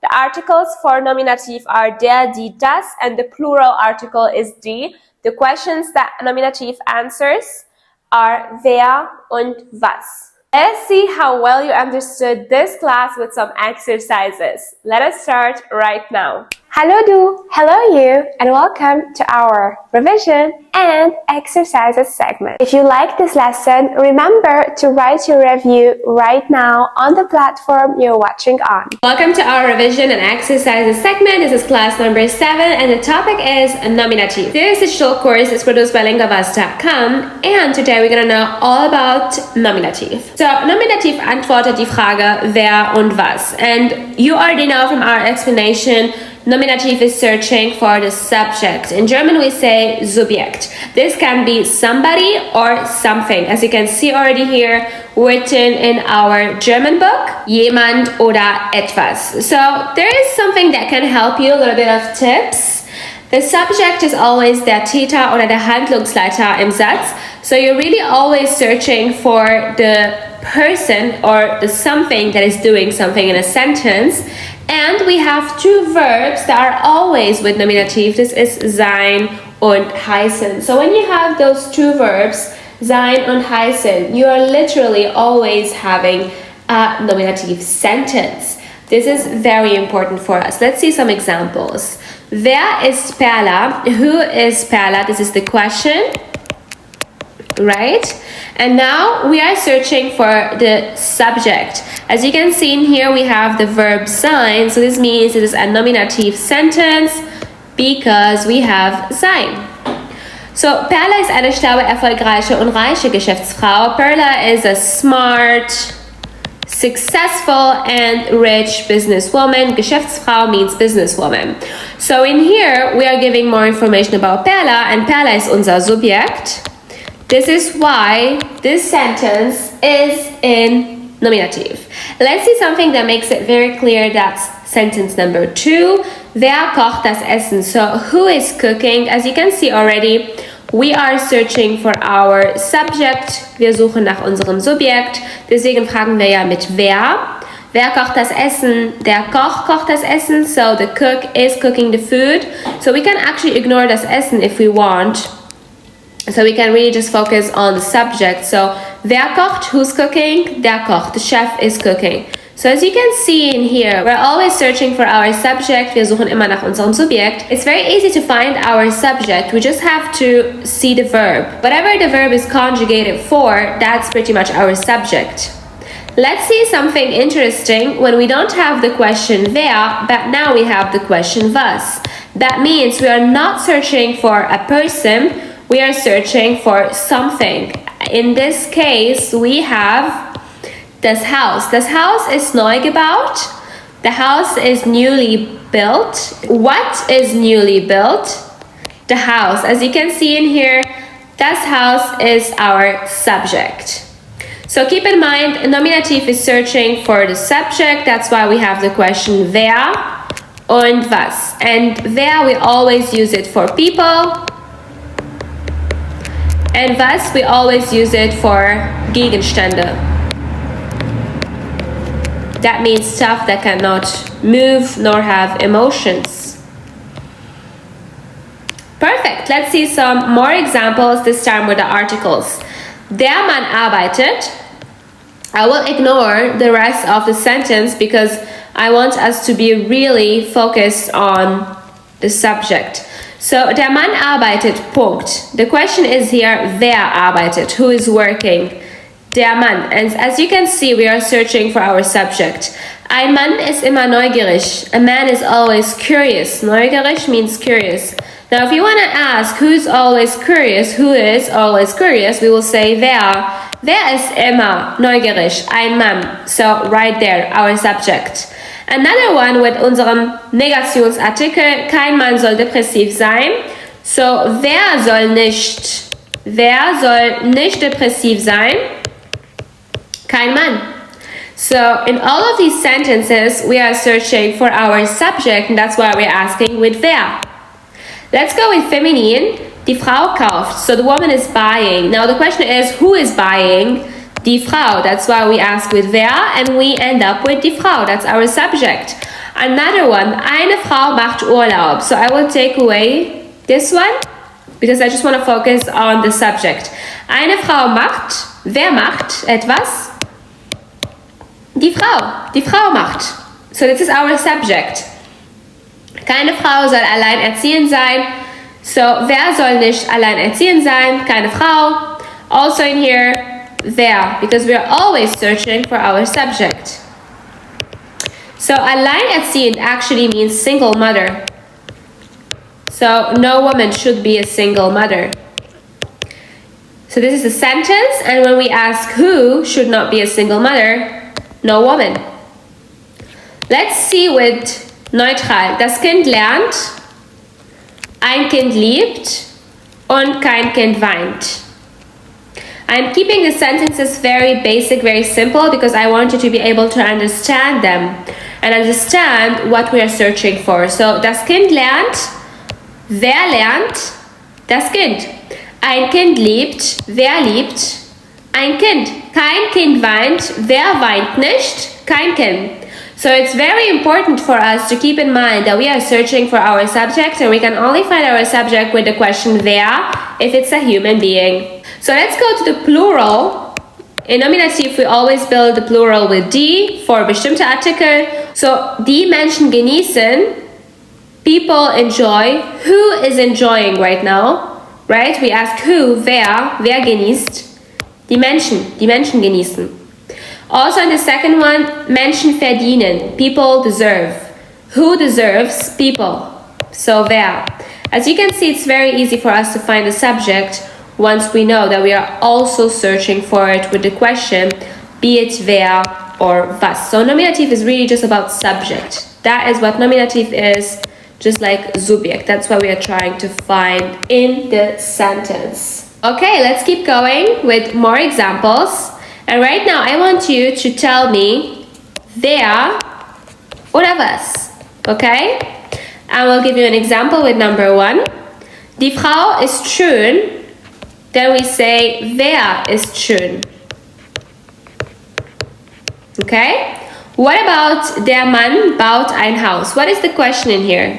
Keep in mind we're trying to find our subject, and we can always figure it out also with the verb. Perfect. Wer baut? Wer baut? Who is building? The man, der Mann. So in here it was die Frau, and here it's der Mann. This is unser Subjekt. Right? We're trying to find our Subjekt. What about number 3? Der junge Mann gründet seine erste Firma. The young man is founding his first business, his first Firma would be his first business in this case. Very good. Wer gründet seine erste Firma? Der junge Mann. Right? It's so clear now to find the subject.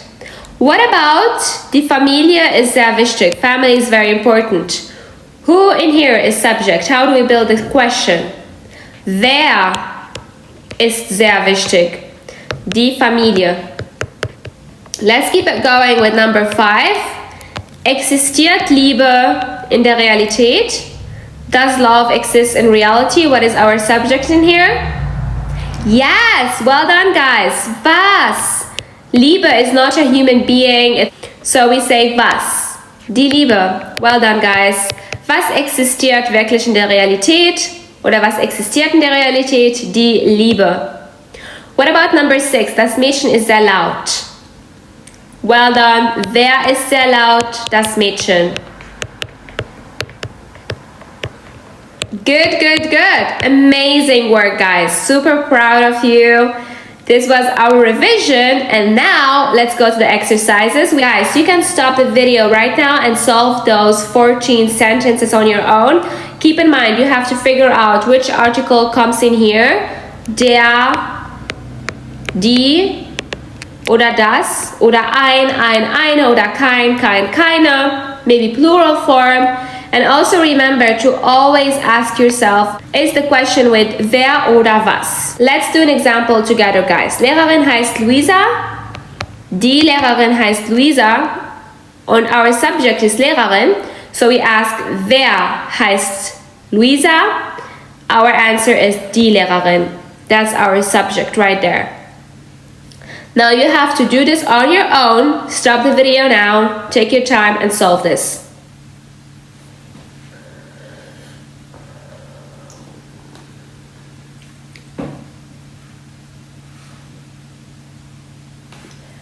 So right now I'll be giving you solutions. Der Mann namens Markus geht gerne nach Hause. Wer geht gerne nach Hause? Der Mann. Das Mädchen plant Urlaub zu machen. Wer plant Urlaub zu machen? Das Mädchen. Laptop. Der Laptop ist neu. Was ist neu? Der Laptop. Handy. Das Handy ist aus Amerika. Was ist aus Amerika? Das Handy. Die Musik aus den Niederlanden ist beruhigend. Was ist beruhigend? Die Musik aus den Niederlanden. Der Tisch sieht toll aus. Was sieht toll aus? Der Tisch. Die Kopfhörer, Plural, sind sehr praktisch. Was ist sehr praktisch? Die Kopfhörer. Die Familie sieht glücklich aus. Wer sieht glücklich aus? Die Familie. Die Wirtschaft überlebt die Krise. Was überlebt die Krise? Die Wirtschaft. Die Kanzlerin ist ehrlich. Wer ist ehrlich? Die Kanzlerin. Die Politik ist kompliziert. Was ist kompliziert? Die Politik. Die Wahrheit kommt immer raus. Was kommt immer raus? Die Wahrheit. Luisa ist die Schwester von Luigi. Wer ist die Schwester von Luigi? Luisa. Well then guys, this is the end of our exercises. Keep in mind, using this QR code you can land on our book where you have more exercises for each session. I'll see you in next class where we will be talking about Akkusativ and how it differentiates itself from Nominativ. Are you excited? I know I am, and I will see you in class. Hallo du und willkommen zu unserer 8. Lektion heute zusammen. Hello you and welcome to our 8th lesson today. Today we will be focusing on the meaning of accusative and how it differentiates itself from our casus nominative.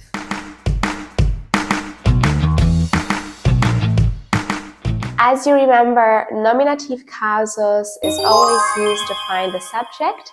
This is why we ask those two questions, wer oder was. For example, wer redet gerade? Who is talking right now? Teacher Zainab is talking.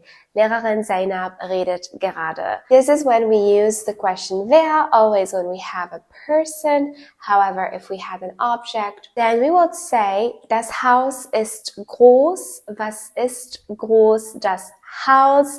The house is big. What is big? The house. So as you can see in here, we are really trying to find the subject in the sentence, and this is the function of our casus nominative. Now we will learn all about casus accusative that has another function, and rather said, we are searching for our object. This is our goal with accusative. We are trying to find our object in the sentence, and it's very, very important. So for example, my first sentence in here is Ich esse einen Kuchen. Now you can see that we already have our subject in the sentence. Our subject is ich. Ich esse, wer isst? Ich esse etwas. And then we have the word etwas. That means something. So that would explain for us why we are trying to find an object, and in this case a cake will be our object. Now very interestingly, you will see that der Kuchen is now den Kuchen, and this is why we say einen Kuchen. We will actually learn all of this in the next lesson. However, for me right now, it's important that you understand the meaning of accusative and its function. So as you can see, we are trying to find the object. Ich esse einen Kuchen. Was isst du? Einen Kuchen. Now, as you can see, you can always recognize the accusative object if you already have a subject in the sentence. Now, many people have like this big issue of finding accusative because they did not learn the grammar. This is why you have purchased our digital course to really understand the German grammar and to speak better German. Now keep in mind that if you already have a subject in a sentence, you cannot have two subjects, right? It's a little bit difficult, right, to do that. This is why anything you have after it must be an object. And if I'm saying I'm eating a cake, then in this case, the cake is the object that is being eaten by me. Now in the second sentence, you will see that we have two people, and this is like the biggest mistake that everybody does when they are at a very, very beginner level, and sometimes even at a B2 level, when the person has no idea about grammar. Now the second sentence in here is Ich treffe einen Mann. Now when I say this sentence, right, Ich treffe einen Mann. Now if we would translate it, it would mean I am meeting a man. And now my question would be, how do I question who am I meeting? How do we make this question in German? If you said, wer triffst du? Then you did it wrong. And here we have to take the second accusative Frage, that is wen. And that's why you would say, wen triffst du, right? So when you ask me, wen triffst du? I will answer in here, ich treffe einen Mann oder ich treffe den Mann. This is very important. Many people say, wer triffst du? This is wrong, so keep that in mind. You cannot say wer, you must say wen. Wen triffst du? Because you are asking, you're trying to find an object or a person out that is not the subject of our sentence. And if you would go back a little bit and revise the sentence, ich treffe den Mann. Now, if you wanted to find out the subject, you would have said, wer trifft den Mann, right? And then we would have found out our subject. I would have replied, ich treffe den Mann, and that would have been nominative. However, accusative, we are not trying to find out our subject, we are trying to find out our object, and that's why we either ask with was oder wen to find out the object, the direct object in our sentences. Okay, so now that you've finally understood the meaning of accusative and its function, I am sure you're ready for some exercises with wen und was. Let's go and conquer your voice to speak better German. Hallo du, hello you, and welcome to our revision and exercises segment. If you like this lesson, remember to write your review right now on the platform you're watching on. Welcome to our revision and exercises segment. This is class number 8 and our topic is accusative. What is it? Let's revise together. This is our digital German course produced by LangAdvance.com so you can conquer your voice. Let's go. Akkusativ beantwortet die Frage wen, was und wohin. So we have 3 questions that accusative is answering. The first one is who. But please keep in mind we are finding in here our object and not subject. Second one is what. Also in here we're trying to find our object and not subject. And wohin means to where. I love to add the to make it understandable that you have to move, okay?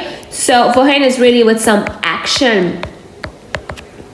Now we have a verb that is always with accusative. I pretty much love to call it accusative lover, and that's haben.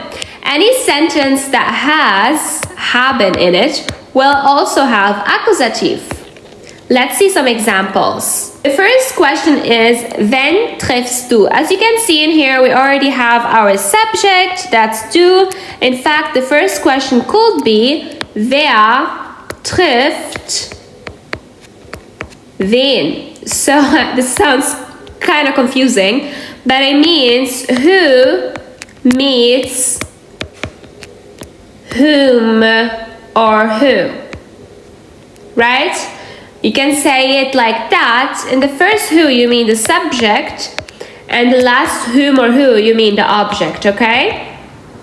So the answer would be, ich treffe meinen Mann. Now to make this clearer, you can see that ich is here wer, and meinen Mann is here wen. In fact, if I write it like this, it will be super easy. Watch this. I say, wer trifft meinen Mann? In here I'm saying, who meets my man? I do. So, ich treffe meinen Mann. As you can see, this is what we learned in the prior lesson. This is nominative. However, now we're moving to foreign German ground. So we have to learn more and get better so we can speak better German. In here, if we want to make a question with wen, we have to say, wen treffe ich? And now it is clear that wen is not subject because I already have a subject in here. Ich treffe jemanden. So wen is mein jemanden. That's why it's my object. Perfect, guys. So wen, I use it to find accusative out. As you can see, when you already have a subject in a sentence, whatever you're looking for is not the subject, but pretty much accusative or dativ. So, wen triffst du? Ich treffe meinen Mann. Let's see another one. And before I move on, I wanted to add that treffen is also an accusative verb, just like haben. Okay, this is very important for you to know. Second, wen sprichst du an? Ansprechen ist auch ein Akkusativverb. Let's write this down. So I'm asking, who am I speaking to? Or who are you speaking to, right? So I already have a subject. And now I'm trying to find my object out. So, wen sprichst du an? Ich spreche dich an. I'm talking to you, right? So this is my accusative and that's why I use wen. Let's see something when we have to use was. Was kaufst du? What are you buying? I already have a subject. You are buying something. Something is my object. Ich bin Subjekt. Ich kaufe ein Haus. So ein Haus is my object. So object. Because that's literally what I am buying, right? And ich is who is leading this sentence. This is the person who's buying something. So this is my subject, Subjekt. So Subjekt ist ich, ein Haus ist Objekt, ein Objekt ist Haus, also ist mein Akkusativ. Und das ist hier mein Nominativ. In fact, I can make this clearer when I say, wer kauft ein Haus? So if I say, wer kauft ein Haus, I am saying, who's buying the house? And here I have accusative already. So whatever I'm looking for is my subject. And I say, ich kaufe ein Haus. Okay? So now I'm making sure I am the subject and this is the object that I'm buying. It's pretty clear. I am repeating and repeating so it gets into your head. Let's do the last one. This is with wohin, a little bit harder. Wohin, to where are you? Well, fahren is driving really, but in here we mean traveling to. So, to where are you traveling? I am traveling to Switzerland, in die Schweiz. So, because we have action, movement, we have to go with wohin. So, Akkusativ is also ein Kasus, der mit Bewegung ist. Akkusativ also answers the question wohin, which means to where, because you're moving and you have to take accusative. We do have another word that's wo, and that means exactly where. However, this is a dative word, not an accusative one, because there is no action. When I say wo, just like in English, I mean where are you right now? So no movement at all. That's why it's dative. However, wohin needs motion, needs movement, needs action, and that's why it's accusative. So, time for some exercises, guys. Let's go. I will give you 10 sentences, maybe just 9, right? Not so much on you. You're just gonna do 9 sentences together today. I'm gonna do the first one, then you pause the video, you click pause, and you do the other stuff on your own. So, first one, Luisa kauft Haus. Artikel von Haus ist das, but I am not meaning a specific house. That's why I'm not going to say das. I'm just going to say ein because it's unbestimmt. It's not specific. So Luisa kauft ein Haus. My question in here is, how do I figure accusative out? What do I have to ask? correct, I say, was kauft Luisa? That's my object right there, ein Haus. And if I want nominative, what do I ask? For nominative, I say, wer kauft ein Haus? Luisa. Now that you know your exercise, pause this video and continue with 2, 3, 4, 5, 6, 7, 8 until 9.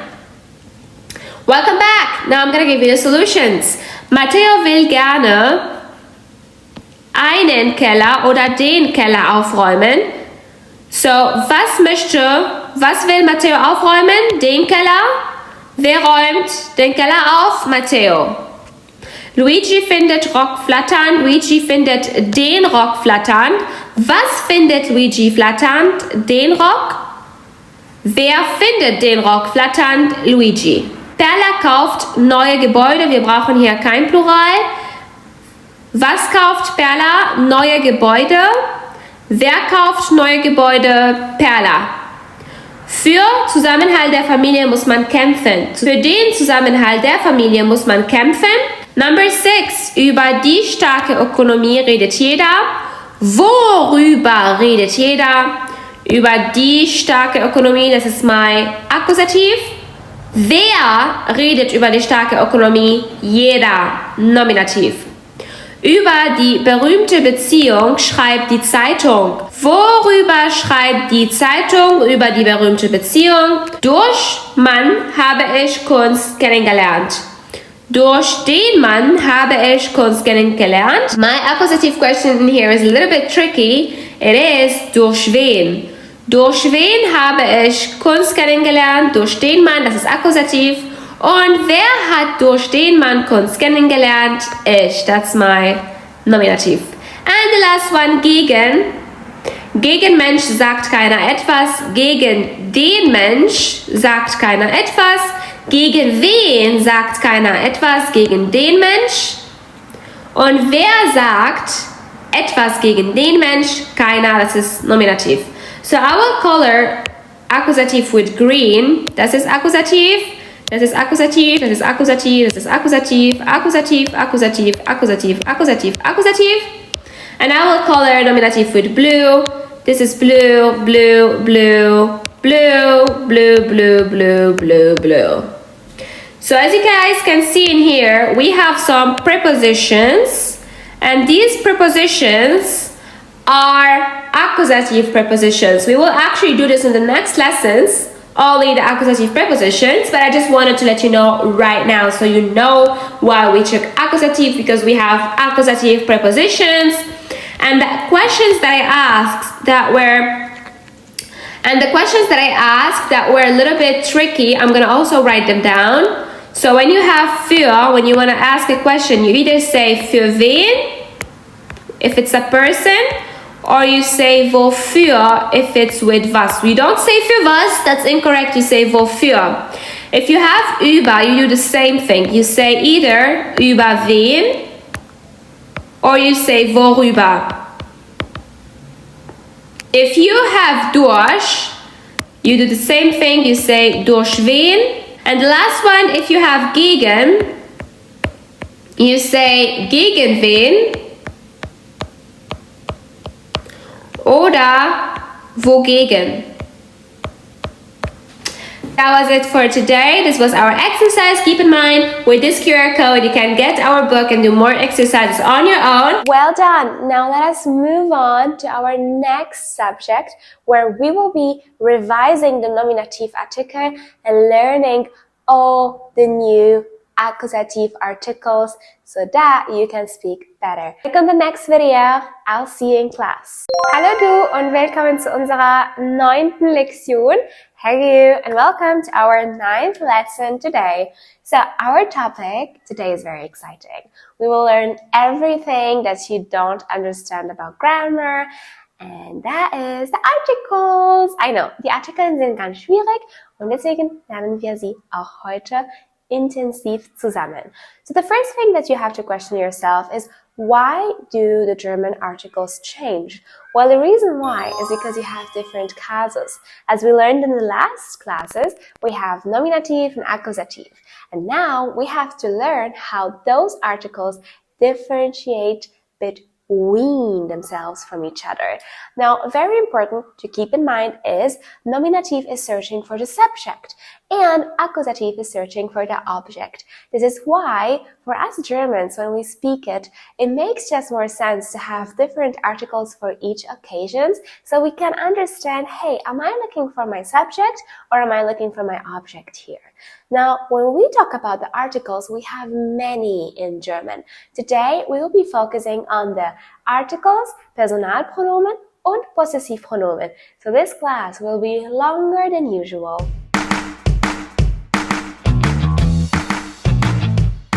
Let us start with our Artikel. So as you already know, in German we have 3 genders. We have feminine, männlich und neutral, and that's why the articles also change between each other. This is phenomenal because in English everything is the same. We use de for any word. However, German is a little bit more precious. Let us start with the first articles that we have that are our bestimmte und unbestimmte Artikel. Now, what is the difference between bestimmt and unbestimmt? When I say bestimmte Artikel, I mean that it's something that I know that you and I can see. For example, this microphone, the microphone, right? I can see it, you can see it, we both can see it, and we know exactly what we're talking about. And that's why we say the microphone. However, if I'm just talking generally about some microphone, I would say, oh, I need a microphone. But if we're talking about something that I have right now on, then we will be saying, hey, do you see this microphone?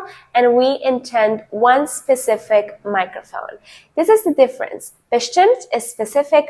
Unbestimmt is not specific. And in German, this is very important because both of them change between casus to casus. Now, when we start with the first casus, nominative, for bestimmte Artikel, we say die Frau in the gender of feminine. As you know, we have 3 genders, feminine, männlich, neutral.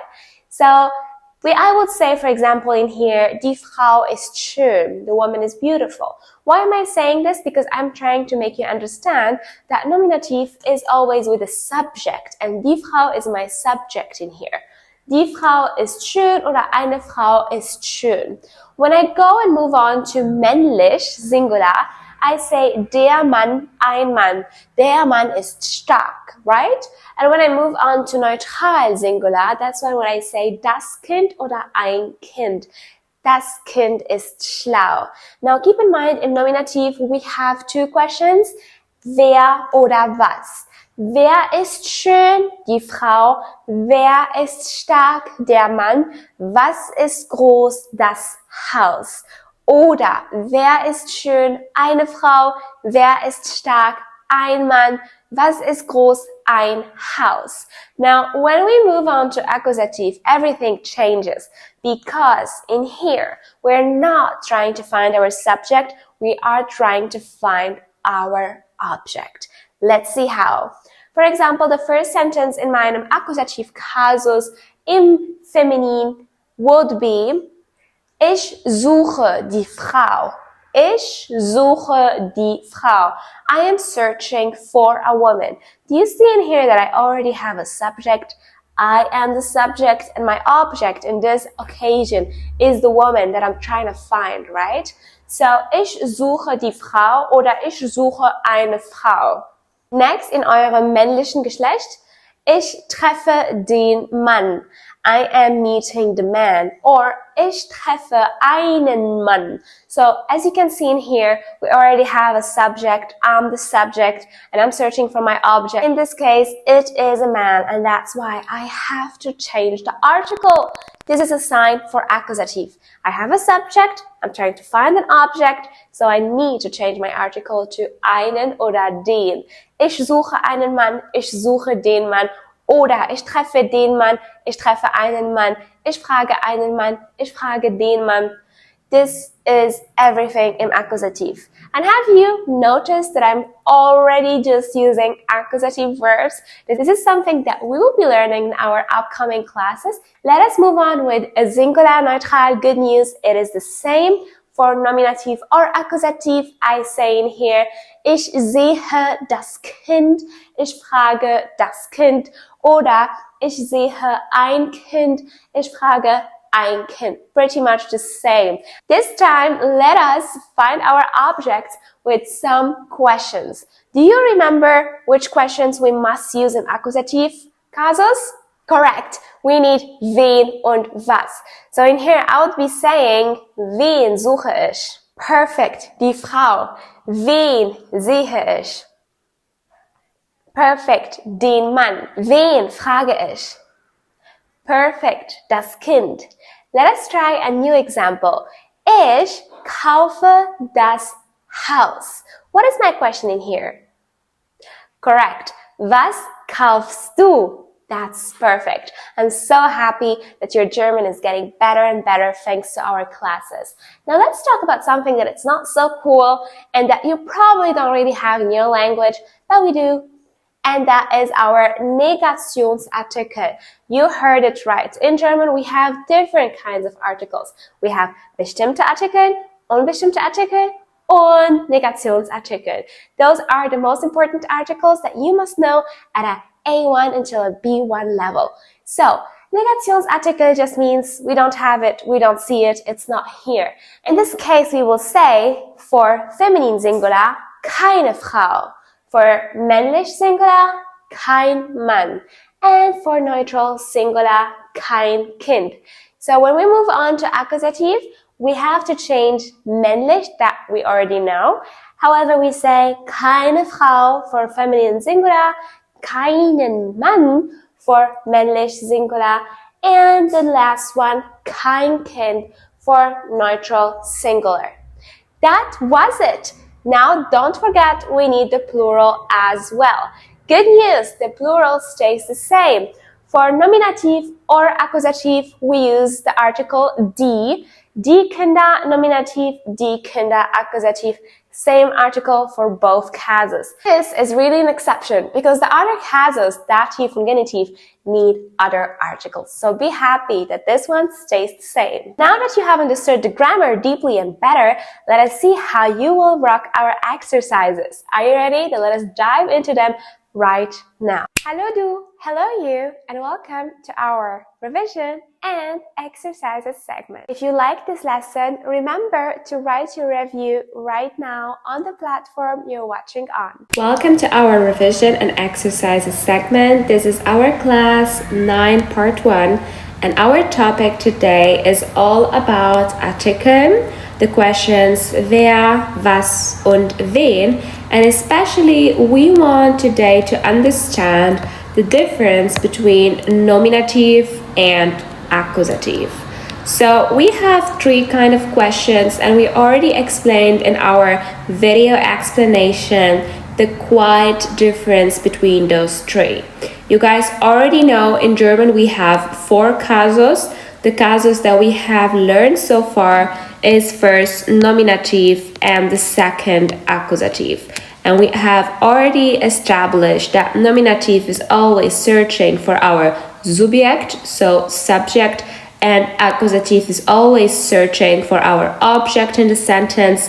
That's why when we are searching for nominative, we have the question wer or was. And when we are searching for accusative, we have the questions wen und was. So now that this is clear, guys, let's go and do some exercises together, starting right here. So, Kasus Nominativ, wer oder was? Lehrer ist freundlich. Was ist der Artikel von Lehrer? Very good. Der Lehrer ist freundlich. So, what do we ask now? Do we ask with wer or do we ask with was? Perfect, guys. We ask with wer because we have a human being, Lehrer. That's why we have to do the question with wer. Now the second sentence for us, Mädchen singen. So you already can see that the verb is conjugated in the plural form, which means that we also need a plural article. And our plural article we have already learned in our video explanation. Be it for nominative or be it for accusative, our article is always die. That's why we say die Mädchen singen. So just like number 1, we still have people as our subject, so we ask wer. We have a human being, Mädchen, that's why we ask wer. So, wer singt? Die Mädchen. Wer ist freundlich? Der Lehrer.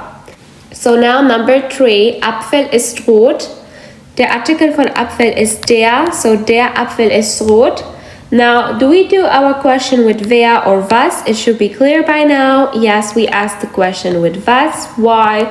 Because we don't have a human being, we have stuff, right? Stuff can be anything. A building, food, like in here, Apfel, apple. As long as it is not a human being, we ask with was. So, was ist rot? Der Apfel. Now, number 4, Jungen spielen Fußball. So now again, just like number 2, we have a plural verb, so we have a plural noun, right? So we have to take the plural of nominative, which is die. So, die Jungen spielen Fußball. Wie bilden wir jetzt die Frage? How do we construct our question? Of course, we use wer because we have Jungen, and Jungen is a, of course, human being, right? So the guys are playing football or soccer, and now the question will be, wer spielt Fußball? Die Jungen. Now, number 5, Tiere sind im Zoo. Of course, die Tiere sind im Zoo. Tiere are animals, they're not human beings, so we ask with was. Was ist im Zoo? Die Tiere. So this exercise should explain to you the difference between wer und was. Keep in mind, wer is always with a human being, was is anything else, and right now we have been using only the nominative. Why? Because every noun in these sentences was our subject. Lehrer is our subject, die Mädchen are our subject, der Apfel ist subject, die Jungen ist Subjekt und die Tiere auch. Now let's go to something where we have accusative, and that's why we have the question wen oder was. As you guys already can see, accusative is always searching for an object. That's why all of these sentences already have a subject. Ich ist hier Subjekt, ist hier Subjekt, sie ist hier Subjekt, wir ist hier Subjekt und du ist hier Subjekt. So because we already have the subject of the sentence, wir haben ja schon unsere Subjekt im Satz, das heißt, wonach suchen wir? We are already only searching for our object, and that's why we have to use accusative. So we have already established that the article of Lehrer is der, and now im Akkusativ, wir wissen, der wird den. That's why I say, ich sehe den Lehrer und nicht der, weil wir im Akkusativ sind. Wir suchen nach dem Objekt. So now, when I make my question, who do you see? Of course, I ask with wen. Wen siehst du oder wen sehe ich? Den Lehrer. Now number 2, hat Blumen. Blumen ist Plural. Wir haben gerade gelernt, Plural bleibt gleich. So, hat Blumen. Of course, Blumen is not a human being, so the question is with was. Was hat Die Blumen. Sie trinkt Wasser. Artikel von Wasser ist das Wasser. Und das bleibt gleich im Nominativ sowie auch im Akkusativ. Deswegen sagen wir nur das. Sie trinkt Wasser. Was trinkt sie? Das Wasser. Wir essen Äpfel. Now, in here we have the plural form of Äpfel, right? That's why we say wir essen die Äpfel. Was essen wir? Die Äpfel. And our last one, kannst du Tiere hören? Kannst du die Tiere hören? Was kannst du hören? Die Tiere. Now let's do something where we have mixed sentences. Lehrer unterrichten. So of course Lehrer is our subject, it's very clear, they are doing the teaching. So we say in here, die Lehrer unterrichten. Das ist Nominativ und deswegen fragen wir mit der Frage wer. Wer unterrichtet die Lehrer? Mädchen singen Lieder. Wer singt Lieder? Die Mädchen. Also in here we have the plural. Why? Because the verb is conjugated in plural. So also in here, wer singt Lieder? die Mädchen. Äpfel sind süß. So, of course, in 13 we say die Äpfel sind süß. This is also nominative, and the question is, was ist süß? Die Äpfel. Jungen mögen Fußball. Die Jungen mögen Fußball. Auch für uns sind hier im Nominativ, deswegen fragen wir mit wer. Und unser letzter Satz, die Tiere sind im Wald. Was ist im Wald? Die Tiere. So, everything that I wrote in blue is im Nominativ. And now it is time for us to find our Akkusativ. I will do Akkusativ in green. So, die Lehrer unterrichten. Hier haben wir kein Objekt, so we have no object. That's why we have no Akkusativ. However, number 2 or 12, die Mädchen singen Lieder. Lieder is here our Akkusativ. And the question will be, was singen die Mädchen? Lieder. Die Äpfel sind süß. Also in here we have no object. Number 14, the question is, was mögen die Jungen? Fußball. Also Fußball ist im Akkusativ. Und die Tiere sind im Wald. And here we have no accusative object. However, we do actually have a dative object, but this is a B11 level, so that's something we will be doing in the next course. Now that I explained to you how to solve these exercises, I will give you about 5 or 8, maximum 10 minutes. Pause the video, solve them by yourself. If you keep on watching, you will get the solutions. Okay guys, now the solutions. So we already know that for the first one we will say die because it's plural and it's also nominativ. Die Autos sind teuer, die Bücher sind interessant, die Blumen sind schön, die Kinder spielen im Park, die Hunde sind treu. So die is actually our article for plural, not only im Nominativ but also im Accusative, as we have made clear in our explanation video. Now the second one, ich sehe die Lehrerinnen, das ist Plural. Er hat die Äpfel, sie trinkt den Tee. So this is der, however we are im Akkusativ and der becomes den. Wir essen die Kekse, das ist Plural. Kannst du die Vögel hören? This is also plural. Now we have our mix. Die Eltern sind stolz, die Kinder lernen schnell, die Tiere sind im Zoo. Und die Hunde lieben Spaziergänge. I'm so excited that you understood everything and that you rocked your exercises and conquered your German voice. Now we will move on and we will learn all about Personalpronomen und Possessivpronomen. Are you excited? I know I am. Let's keep learning. Hello guys and welcome to our class 9 part 2. Our topic today is Personalpronomen. So I'm sure that you guys already know what Personalpronomen are, especially when we are talking in the casus of Nominativ.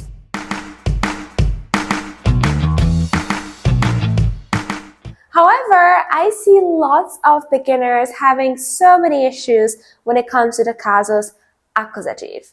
Now keep in mind the personal pronouns in English are I, you, she, he, it, and so on until they. However, also in English, we do change the personal pronouns from nominative to accusative. For example, if I make the sentence of I am a teacher, in German I would say Ich bin Lehrerin. However, if I say in English I do this for me, you see a big change after for. I don't say I do this for I, however, I'm saying in here, I do this for me. And exactly this change is what happens im Akkusativ mit dem Personalpronomen. So right now I'll be saying, ich mache das für mich. Right there we have our Personalpronomen me, which translated in German would be mich. So why do we see this big change? It is important to keep in mind that when we are talking about nominative, we have two questions that we always ask. The first question being was and the second being wer. With those both questions, we're always trying to find our subject in the sentence. For example, in my prior sentence where I said, I am a teacher, my question would be, who is a teacher? And in German, I would say, wer ist Lehrerin? Und meine Antwort wäre hier, ich bin die Lehrerin, also ich. However, if I make an example with some object, for example, I say the room is big. So I would say, for example, das Zimmer ist groß. Now my question in here would be, was ist groß? I can no longer make the question with wer, however, I have to go with was because I'm not talking about a human being, but about a Gegenstand, right? That's how we call it in German. Now, very important for us when we move on to accusative, we're no longer asking the subject. So right now we are trying to find the object in the sentence, so to speak. And in my prior sentence where I said, ich mache das für mich, I do this for me, my subject in here is clearly I. Wer macht das für sich? Ich mache das für mich. However, my object would also be für mich. And in here we have the question für wen. Für wen machst du das? So this is a little bit more complicated, but we will do the accusative cases in our next classes together. I just explained this priorly, so you have kind of like a small idea of the bigger picture. So keep in mind, nominative is always searching for the subjects as we have already established together. That's why we have the question was und wer. And accusative is always searching for the object in the sentence. That's why we use was und wen. And we also have a third question in accusative. That one is called wohin, but it has something to do with movement and nothing really to do with being an object or having an object in the sentence. Now going back to our Personalpronomen, since German is such a variable language and it has such a big variety when it comes to sentences and objects, just like in English, we have to change the personal pronoun when we are using accusative and no longer nominative. And that's why you must learn those personal pronouns by heart. Now that you have some grammar context, let us speak about how the Personalpronomen change from nominative to accusative. Okay, so the first thing that we can see in here is that ich is now mich, then we have du is now dich, ist ihn, sie ist sie, es ist es, wir ist uns, ihr ist euch, sie ist sie, und das große Sie für Respekt, zum Beispiel Frau Müller, stays Sie. So, to understand this better, it would make sense to do some small examples together. Now, if I want to say, I do this for you, I would say, ich mache das für dich. Dieser Deutschkurs ist für dich, sodass du Deutsch lernen kannst. However, if I change my personal pronoun from du to then I will have also to change the personal pronoun in accusative. It's literally just making sense on its own. So if I build a sentence of ich mache das für, and then we have coming up, I cannot say ich mache das für I must say ich mache das für ihn. If I take the personal pronoun sie, I say ich mache das für sie. Ich mache das für es. Ich mache das für uns. Ich mache das für euch und ich mache das für sie. Oder Frau Müller, ich mache das für sie mit großem S. So this is the difference between nominative and accusative. Keep in mind the personal pronouns change. And in here we are taking the accusative case because we have a big preposition that is exclusively working with accusative, and that is für. Für is an accusative preposition, just as we will see in the next classes coming up, where we will learn all about the meaning of accusative, how to use it, and which prepositions we need. Perfect, guys. Now that we had our video class together, it is time for our exercises and revision segment with many explanations and exercises for you. Are you ready? Then let's go. Hello du, hello you, and welcome to our revision and exercises segment. If you like this lesson, remember to write your review right now on the platform you're watching on. Welcome to our revision and exercises segment. This is our class 9, part 2. So the topic of today is of course our Personalpronomen, firstly im Nominativ and then im Akkusativ. Now let's do a small revision together. We have already learned that our nominative Personalpronomen are Ich, du, er, sie, es, wir, ihr und einmal sie klein für Plural und einmal sie groß für Frau Müller. Then these personal pronouns change once they go to accusative. Now we have mich, dich, ihn. Good news is that sie stays the same, just like s, so sie and s don't change. Wir changes to uns, ihr zu euch, and sie stays the same, klein geschrieben, and then Frau Müller becomes big but stays the same whatsoever. So this is what we learned in our video lesson. These are our personal pronouns. This is how they change in accusative, and this is how you have primarily learned them. Okay guys, now it's time for our exercises. So Kasus, Nominativ, wer oder was. So all of these exercises we're going to start with are all going to be in nominative. We have already learned nominative is always searching for our subject. That's why the questions are always wer oder was. So for the first one, I go to the cinema. Of course, I'm just going to say ich. Ich gehe ins Kino. Du spielst gut Fußball. Er liest ein Buch. Sie tanzt gern. Es regnet heute. So as you guys can see, the personal pronouns actually stay the same in those sentences as the examples that we gave you to choose from. Why? It's because right now you're building the subject of every sentence. So of course you're gonna use the nominative, Personalpronomen. Now let's go see the second one. This time we already have a subject, as you guys can see. And now we have to build our accusative. As you guys already have established with us, accusative is always trying to find an object. And that's why we have either the question wen or was. Ich sehe ich im Spiegel. I see myself on the mirror. Of course, now I have to say, ich sehe mich im Spiegel. Er hat, this should be du, er hat dich angerufen. Sie sucht ihn überall. Wir kennen sie gut. Kannst du es riechen? So now we have to take the personal pronouns from here, because right now we are searching for our object, and that's why we have accusative. Perfect, guys. Now let's do a mix from both.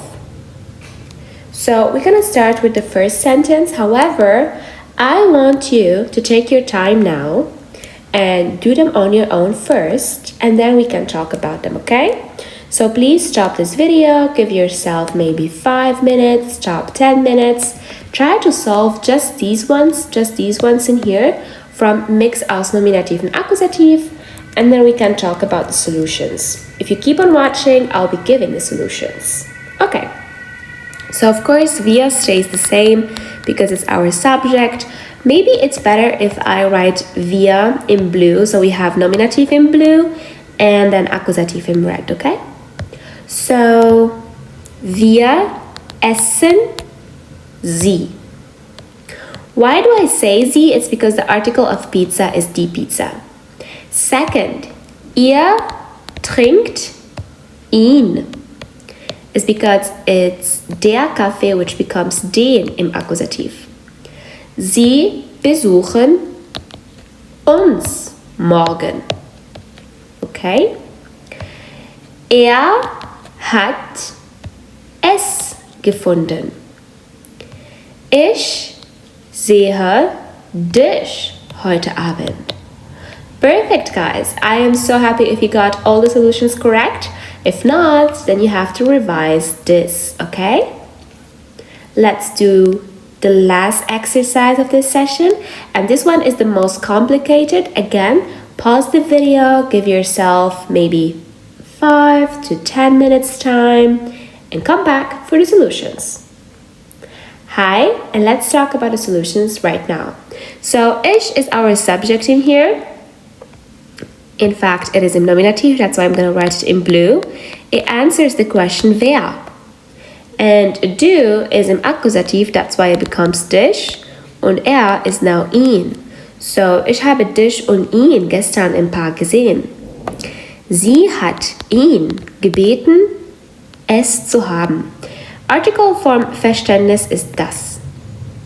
Wir haben sie eingeladen, die Familie, aber nur er kam, nur der Vater kam. Der Arzt hat ihn gründlich untersucht. By the way, guys, I should write this one in blue because it's nominative, right? Here, this is the subject. Wer kam? Der Vater. This is not accusative, this is nominative, okay? Okay, perfect. So, wir ist subject. Wir haben wen eingeladen? Die Familie, also sie, Akkusativ. Aber nur der Vater kam. Wer kam? Der Vater, also nominativ, deswegen blau. Der Arzt hat ihn gründlich untersucht. Und unser letzter Satz für heute. Sie hat es verstanden, das Problem, also es, aber sie, ich merke hier, wir brauchen hier ein Verb, aber sie hat die Lösung ist hier sie. Perfect, guys. So this is our revision and exercises segment for class 9 part 2. Keep in mind to learn these by heart so that your German gets better and better.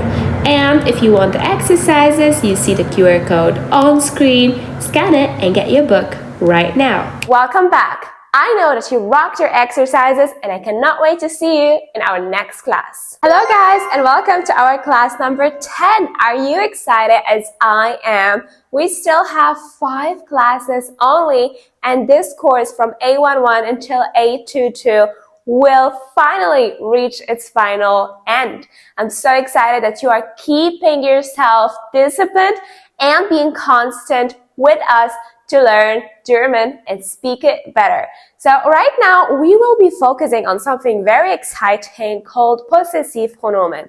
Now we want you to understand the grammar because this is really the only way for you to speak perfect, fluent, native German is when you are able to understand Personalpronomen, Possessive Pronomen, Präpositionen, and everything that comes with it.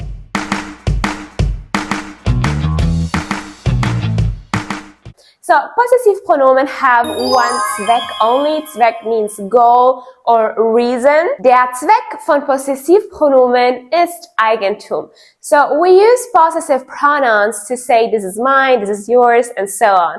However, in German, we have a small tricky thing going with it, which is called Kasus, right? As we learned in our last session, class 9, part 2, is that when it comes to the Personalpronomen or possessive pronomen, we always have to ask ourselves, in which context are we talking right now? Are we using our nominative or are we using our accusative casus? Now keep in mind, nominative is Subjekt, accusative is Objekt. Let's see how the Personalpronomen change to possessive pronomen in nominative and then do some examples and then see how they change to accusative and why. So, starting with our Personalpronomen, for example, in here we have the Personalpronomen ich, which means I. When we go to see our possessive pronomen im Nominativ, we have to categorize them under different genders. And guys, I always mean the gender of the word, like der, die, das, oder die Plural, okay? So, starting with feminine, which will be the article die, we have to say meine für ich. Deine, seine, ihre, unsere, eure, ihre. So the order is ich, du, oder es, sie oder sie, wir, ihr, sie. Let me translate in English. I, you, he or it, she or they, we, you, and she for respect form, okay? So when I start with ich, Personalpronomen ich, for feminine I say meine, für maskulin I say mein, für neutral I say mein, für plural I say meine, Für du, I say deine, deine. Für I say seine, seine. And this is not only für but this also is für the personal pronoun s, okay? Keep going with sie, which means she, and the other sie, which means they. We have in German two sie. One means she, like a human being, like a girl, and the other sie just means they, like a big group of people, right? They. And that's where we say ihre with a small e, ihre for plural. Now I say small e because we also have the z, which is written big as, and that one is used to express respect for someone. So for example, if I will talk to Frau Müller and say, wow, your bag is really beautiful, then I would say ihre with a big E, ihre Tasche ist wunderbar, right? So this is the difference. And then I have wir, we say unsere, unsere für plural. And then we have ihr, which is eure, eure. Okay, so we really have to divide them based on the gender of the word. Now let us make some examples, maybe with 4 or 5 personal pronouns. Now if I'm talking to you and I want to tell you your book is good. Very simple example. Now I would look up, so first I have to look up the line for du, which is the second one. And then I have to look up the gender of book, which is das, so I go with neutral. And that's why I use dein. That's why I say, dein Buch ist gut. Very simple example.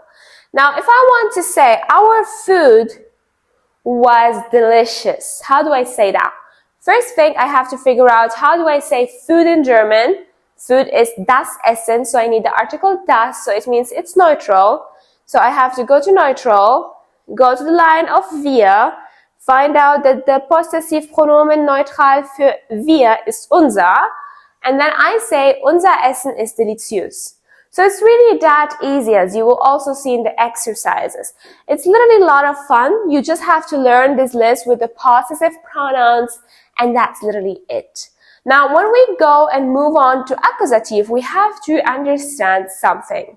In those examples that I just made right now, our starting word was always our subject. That is really the meaning of nominative. However, once we move to accusative, the word that we choose with the possessive pronomen is no longer our subject. Right now, it is our object. So it's our object of the sentence.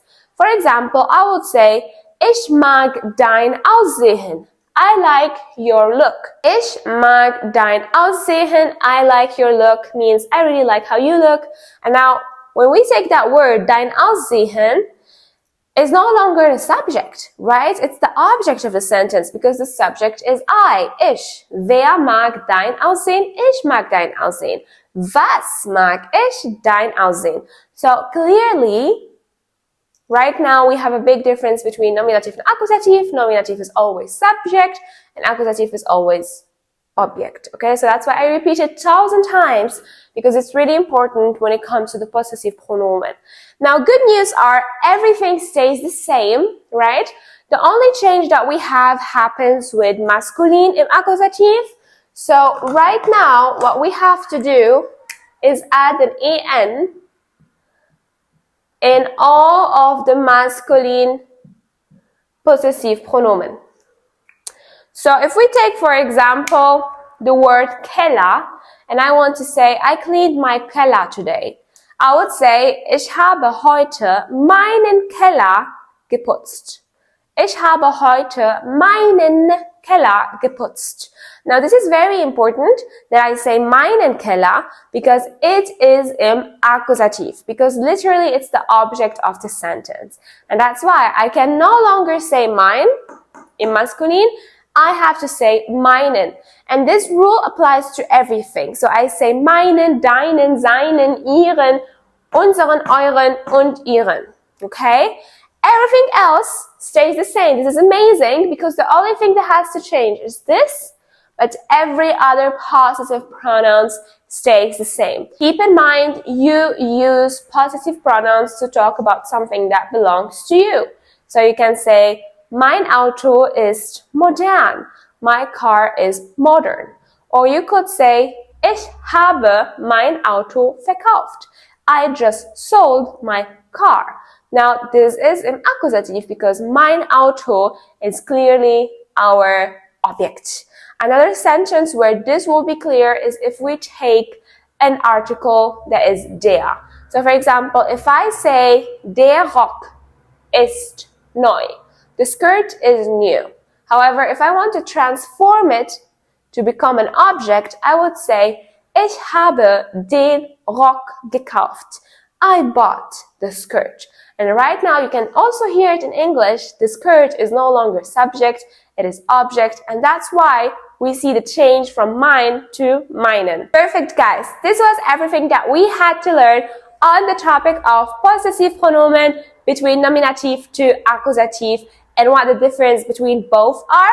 Are you excited for some exercises? Because that's exactly what we will be doing right now along our revision and exercises segment.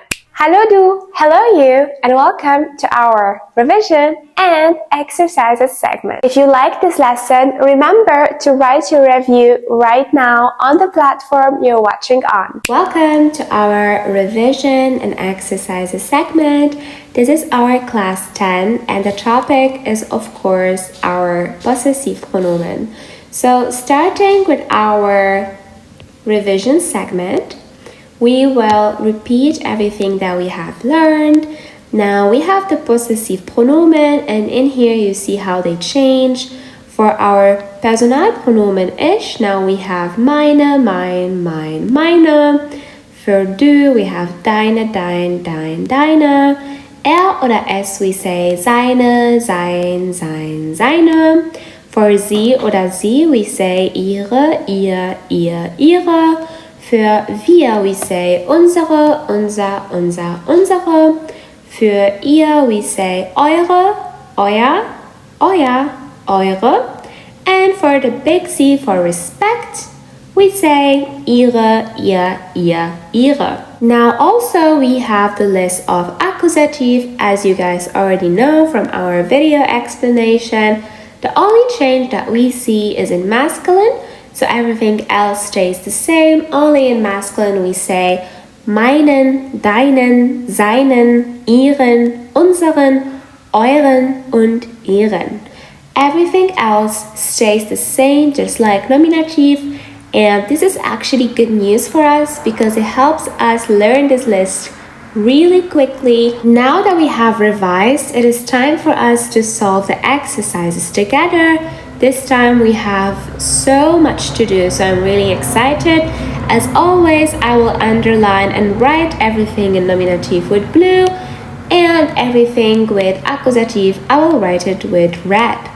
So let's start with number 1. Das ist Hund. Now we already know that the verb sein, to be, is always in nominative. That's why we say das ist mein Hund. The reason why we take mein is because we have the personal pronomen ich. Next, Luisa hat. Now we have the verb haben. The verb haben is literally always to be used with accusative. That's why we say Luisa hat meinen Hund. Next sentence, sie Fahrrad ist schnell. Now the possessive pronomen von sie ist ihr. So I say ihr Fahrrad ist schnell, du Fahrrad gefahren. So in here I can also add a verb because I need hast. And I have now the personal pronoun du, so the possessive pronomen from du would actually be dein. As you guys already see, we already have our nominative subject. That's why whatever we're going to write in here is going to be im Akkusativ. The article of Fahrrad is das, so it stays the same. That's why I write dein. Du hast dein Fahrrad gefahren. Next one, wir.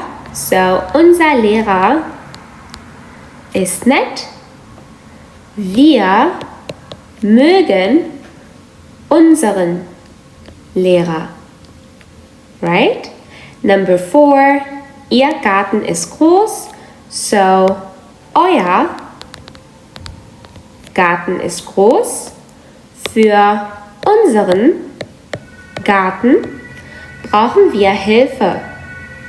Sie, so also in here, again we need ihr. That's why we say, Ihr Auto ist schnell. Du fährst Ihr Auto. However, this one needs to be in red because it's our accusative, right? We already have our subject, so that means whatever comes after it will be object. Okay, so now that we did number 1 together, how about you do number 2 and 3 alone? Only take 5, maximum 10 minutes, try it on your own, and for the solutions, come back. Now pause the video and try it on your own. Good luck! Welcome back. Now I'll be sharing the solutions. So we already have in here our subject. This means we need an object. Ich sehe meinen Freund. It is also clear because sehen is an accusative verb. Subject, hat deine Nachricht erhalten. Für dich wird seine Nachricht später schnell schreiben. Sie sucht ihr Handy. Sie braucht ihr Handy für die Arbeit. Wir haben unsere Hausaufgaben gemacht. Könnt ihr euren Vater anrufen? So for the number 3, exercise number 3, the solutions are: Das ist ihr Computer. Sie benutzt ihren Computer oft.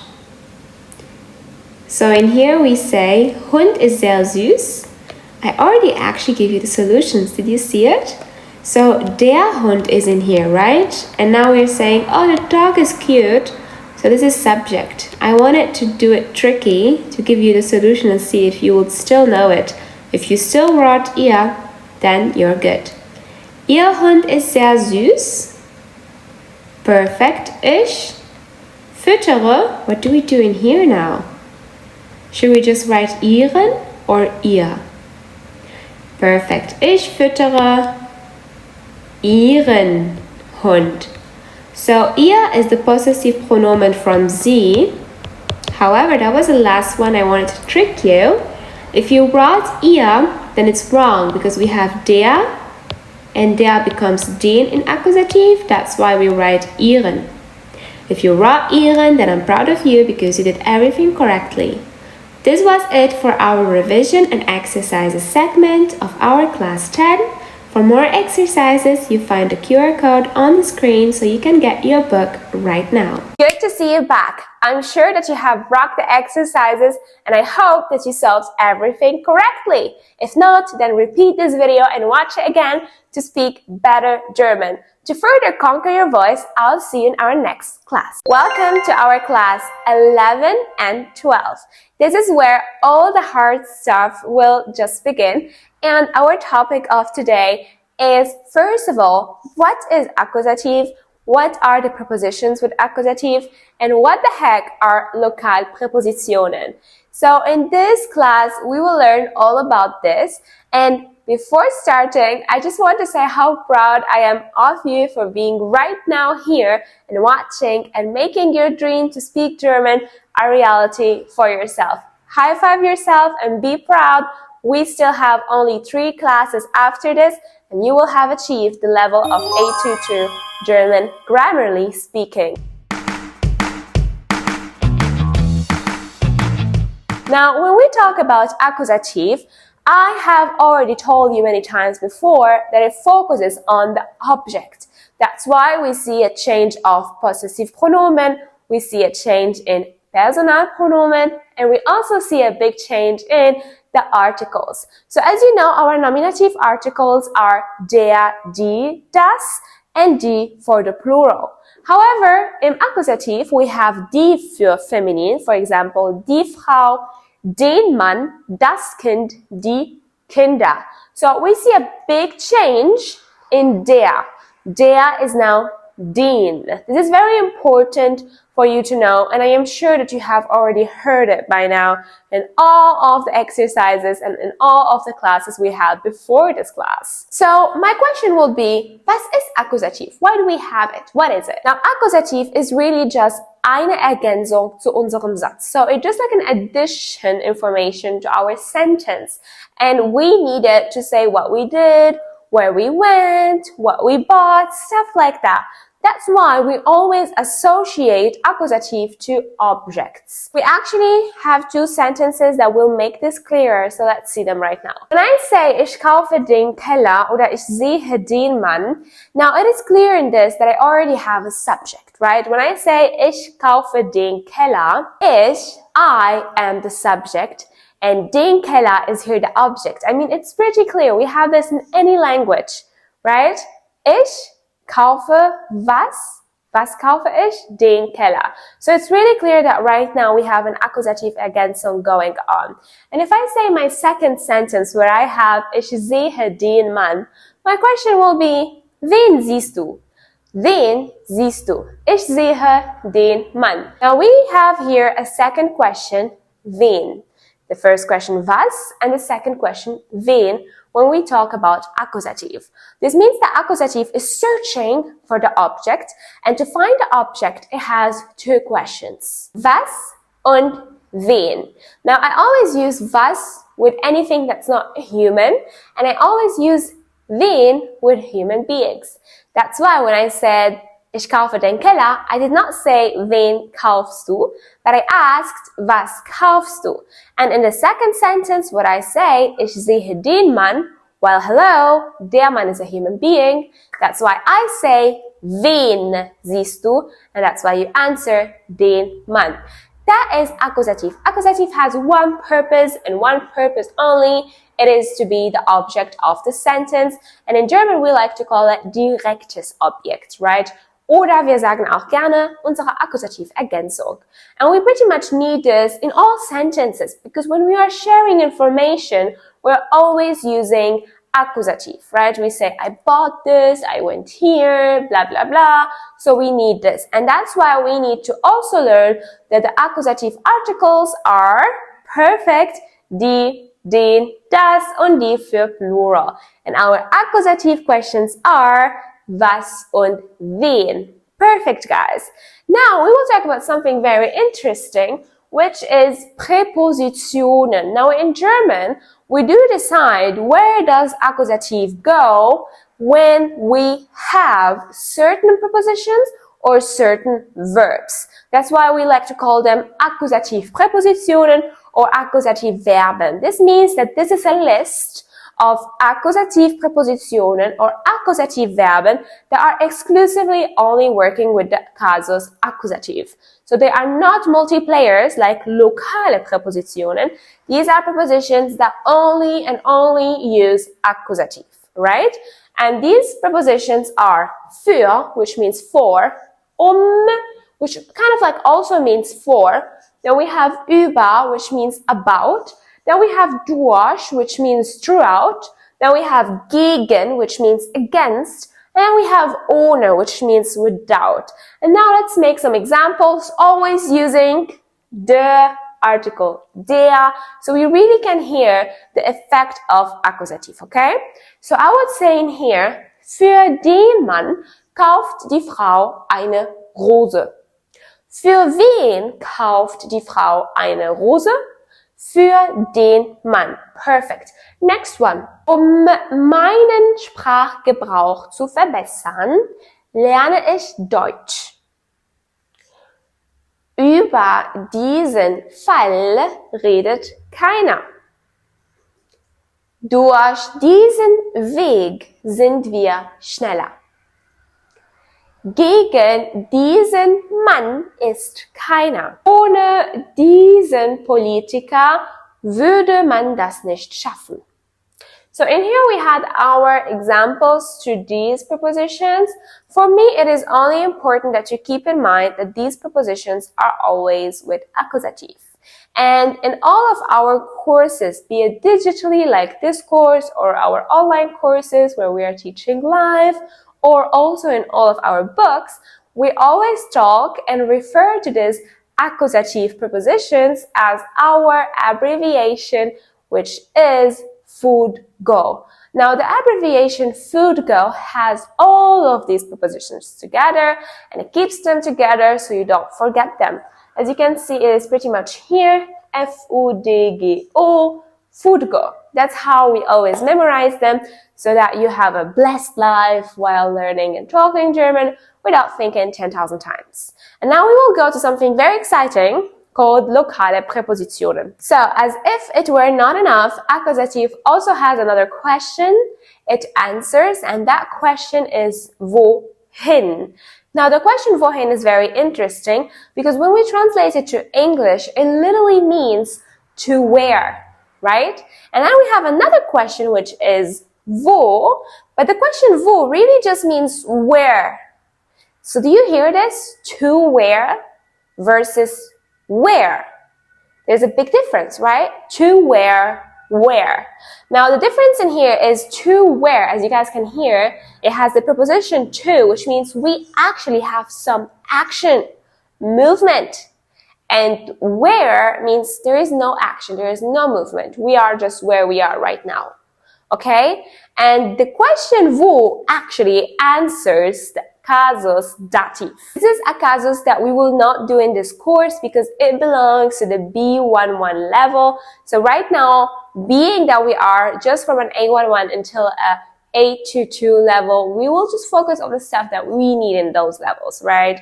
I don't want to confuse you, but I will somehow talk about it slightly so you understand the difference. Now, dativ is always used when you have no action, right? No action at all. However, accusative is used with action. And that's why when we have the question wohin, we are talking about action movements. Let's make some examples. You ask me, to where are you going? And now I take the lokal Präpositionen. For example, I take auf, right? And then I answer, ich gehe auf die Arbeit. I'm going to work. Ich gehe auf die Arbeit. Now we actually have many lokale Präpositionen. We have auf, in, bei, zu, nach, and so on. And these lokale Präpositionen, they help us understand whatever that I am doing right now. Is it something that requires action, so accusative, or is it something that requires no action, so it is dative? Okay? We actually will learn all about this in our, revision and exercises segment, where first of all, you will do some exercises to the topic, was ist Akkusativ überhaupt? And where I will be explaining to you in greater detail lokale Präpositionen as well as doing some exercises together. Are you excited? Then let's go and dive into it right now. Hello du, hello you, and welcome to our revision and exercises segment. If you like this lesson, remember to write your review right now on the platform you're watching on. Welcome to our revision and exercises segment. This is class 11 and 12, and our topic right now is accusative, especially the prepositions in accusative and the question wohin. So, as we have already established in this class, accusative is always searching for our object.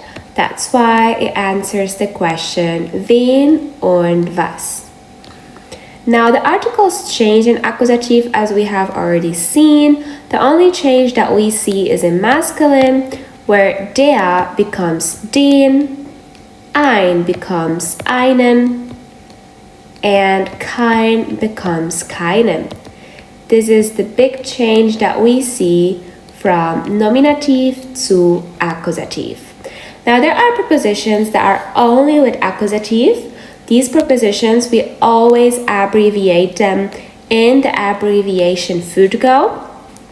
F is for für, U is for or über, D is für durch, and G is for gegen, O is for ohne. Now, this will be actually the time for us to do some exercises, so let's start. So this exercise is going to only use nur Akkusativ würde.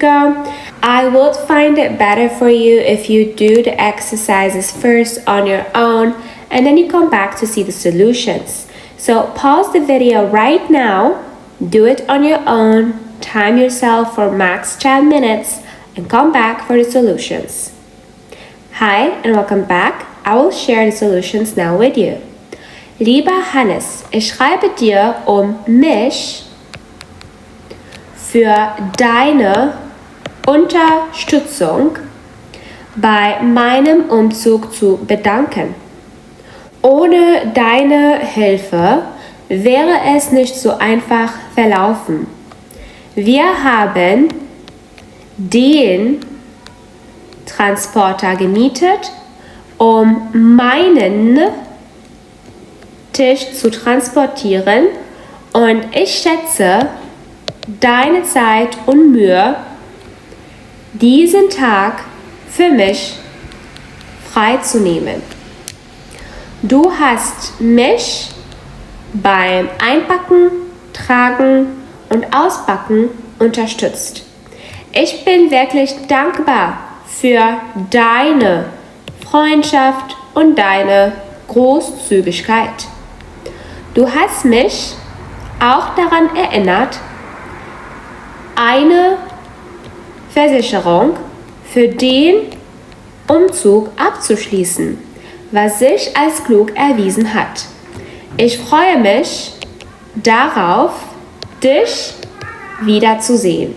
So as you guys can see in here, we have certain prepositions that are in Füdgo, which for example, ohne, für, and so on, that require us to use the accusative cases. And this example was a little bit, more difficult because right now you're also using possessive pronoun, and this is really good as a revision of the last topic we did in class 10. Why we are repeating the accusative so many times is because you will find it in possessive pronoun, Personalpronomen, as well as articles. This is why we need to conquer our voice when it comes to the accusative, and that's why we really do it deeply and intensely in all areas it is needed. So I will remind you, the accusative prepositions are für, über, durch, gegen, ohne. These are the exclusive only working with accusative prepositions. Now, we also have learned in this lesson, class 11 and 12, that accusative doesn't only answer the question wen and was, but it also answers the question wohin.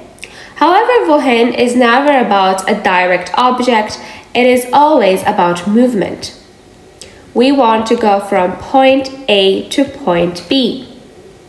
Now, we have the so-called lokale Präpositionen. And I would like to explain to you that these lokale Präpositionen can be used with accusative as well as in dative. Now, dative is a casus that we did not do in this course because it really belongs to a B11 level. However, I will still try to explain to you that wohin means to where, so you have movement, and dative answers the question wo, which is about no movement. So when I say, for example, I am in the train, there is no movement. In fact, I would say ich bin in dem Zug. Why do I do this? Is because there is no movement. My question in here is wo. This is what dative answers. However, accusative really answers for us the question wohin, to where. In fact, you would ask me, where are you going? And I would say, I am going to the supermarket. Then I say, ich gehe in den Supermarkt. If we compare number 1 and number 2, we will see that accusative has movement I am still going, I am on my way. And dative means that I'm already there, so there is no movement at all. This is the difference between dative and accusative. Now, why we are talking about dative is because the local Prepositionen sometimes can be shady. And even though we are working with the question wohin, we need to use the articles from dative. Let me show you what I mean. These are the only lokale Prepositionen that we need for the question wohin. And the thing is, in can be used with dative or accusative, but nach can only be used with dative, as well as zu, as well as bei. So this is what we mean with exceptions, Ausnahmen. So we are still talking and using and meaning movement, but we have to use these prepositions with dative. That's why we will have to know the dative articles. Now, die feminine is in dative der. For masculine der becomes dem. Und für neutral das becomes also dem. So der oder einer, dem oder einem, und dem oder einem. And if we go to Negationsartikel, we will say keiner, keinem, keinem. For the plural, die is now den. Okay? Those are the basics that you should know about dative, so we can use them for our wohin question. So if we want to say we are going to school, ich sage, ich gehe zu der Schule. Even though I have wohin as a question, even though I actually should be using accusative, I end up not saying die, but saying der. Why? Because zu is a dative preposition only, just like nach and just like bei. Good news are that in and auf can be used with accusative, so you can use the articles of accusative, which are die, das, die, and plural die. Let's see it in some exercises. Let's do these together because you will be needing help. So the article of Supermarkt is der. However, because we have the dative preposition zu, we need to say dem. So we say, ich gehe zu dem Supermarkt. Die Arbeit is now der im Dativ. Sie fährt zu der Arbeit. Wir fliegen nach der Stadt Paris. As you guys can see, because we have here only dative prepositions, we need to take the dative articles. However, there we have it. In is Akkusativ, der Park im Nominativ ist jetzt den. Das Ganze beantwortet für uns die Frage wohin. So, er spaziert in den Park, sie geht in das Kino, er fährt in die Schule, ich fahre in die Stadt, wir segeln auf das Meer hinaus, wir wandern in die Berge, er steigt in den Zug, ich fahre in die Bibliothek, sie gehen in das Restaurant, wir laufen in den Wald, er fährt in die Ferien, ich reise in die Zukunft, sie fliegen in den Urlaub, wir spazieren in den Zoo, er fährt in die Heimatstadt. So as you guys can see, when we have in, we pretty much can keep on using accusative just as we learned.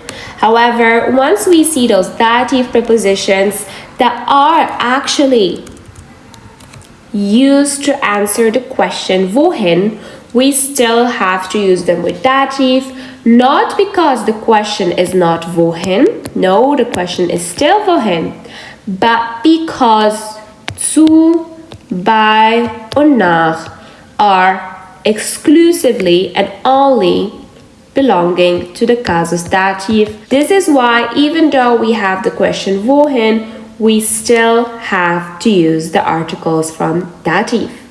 Perfect, guys. This was our segment of revision and exercises. For more exercises, you can get our book right now. Just scan the QR code on your screen and you will get it. Welcome back. That was a very refreshing episode, wasn't it? I mean, when it comes to dative, accusative, It is really mesmerizing, all the stuff that you can learn. It never seems to end. And this is why German is a kind of like hard language, but that's why we're trying our best to make it with this digital course easier for you. Now, do not hesitate to rewatch this episode if you have more questions, and I will see you in the next one where we will go deeper and deeper, talking all about Relativsätze im Nominativ. So excited to see you there. So click on the next video and I will see you in class. Hello guys, and welcome to our class number 13. And we are learning everything that we need to know about Relativsätze im Nominativ.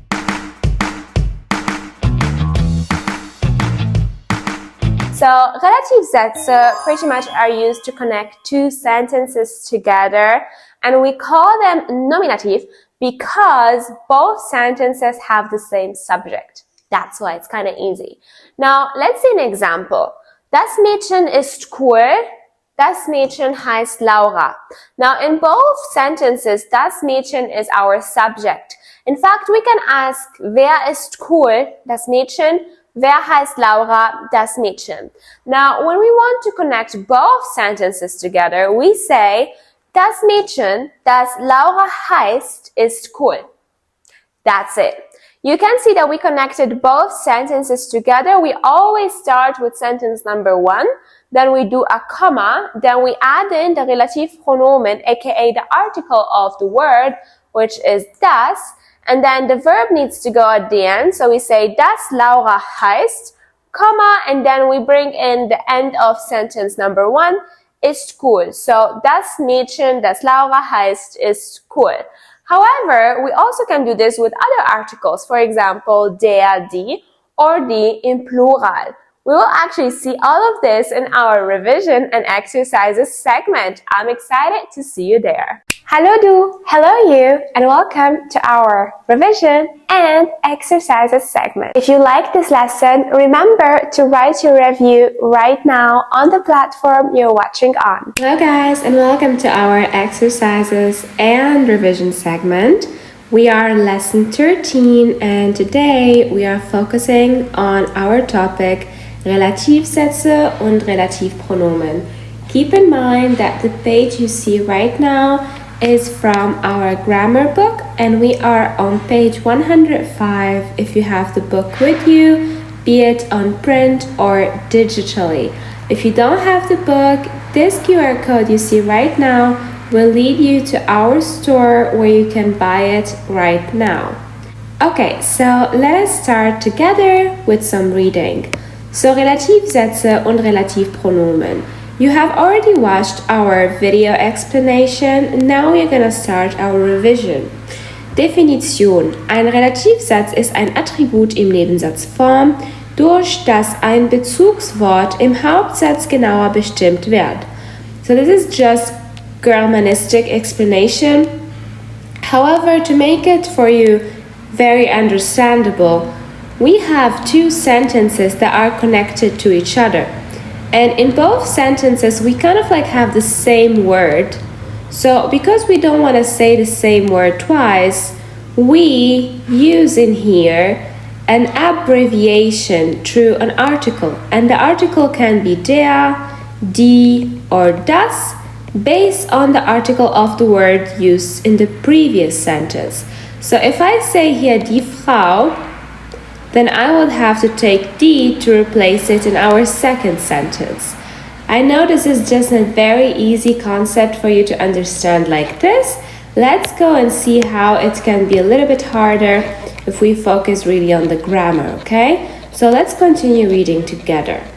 Ein Relativsatz ist ein Rechtsattribut. Er steht meistens direkt hinter dem Bezugswort.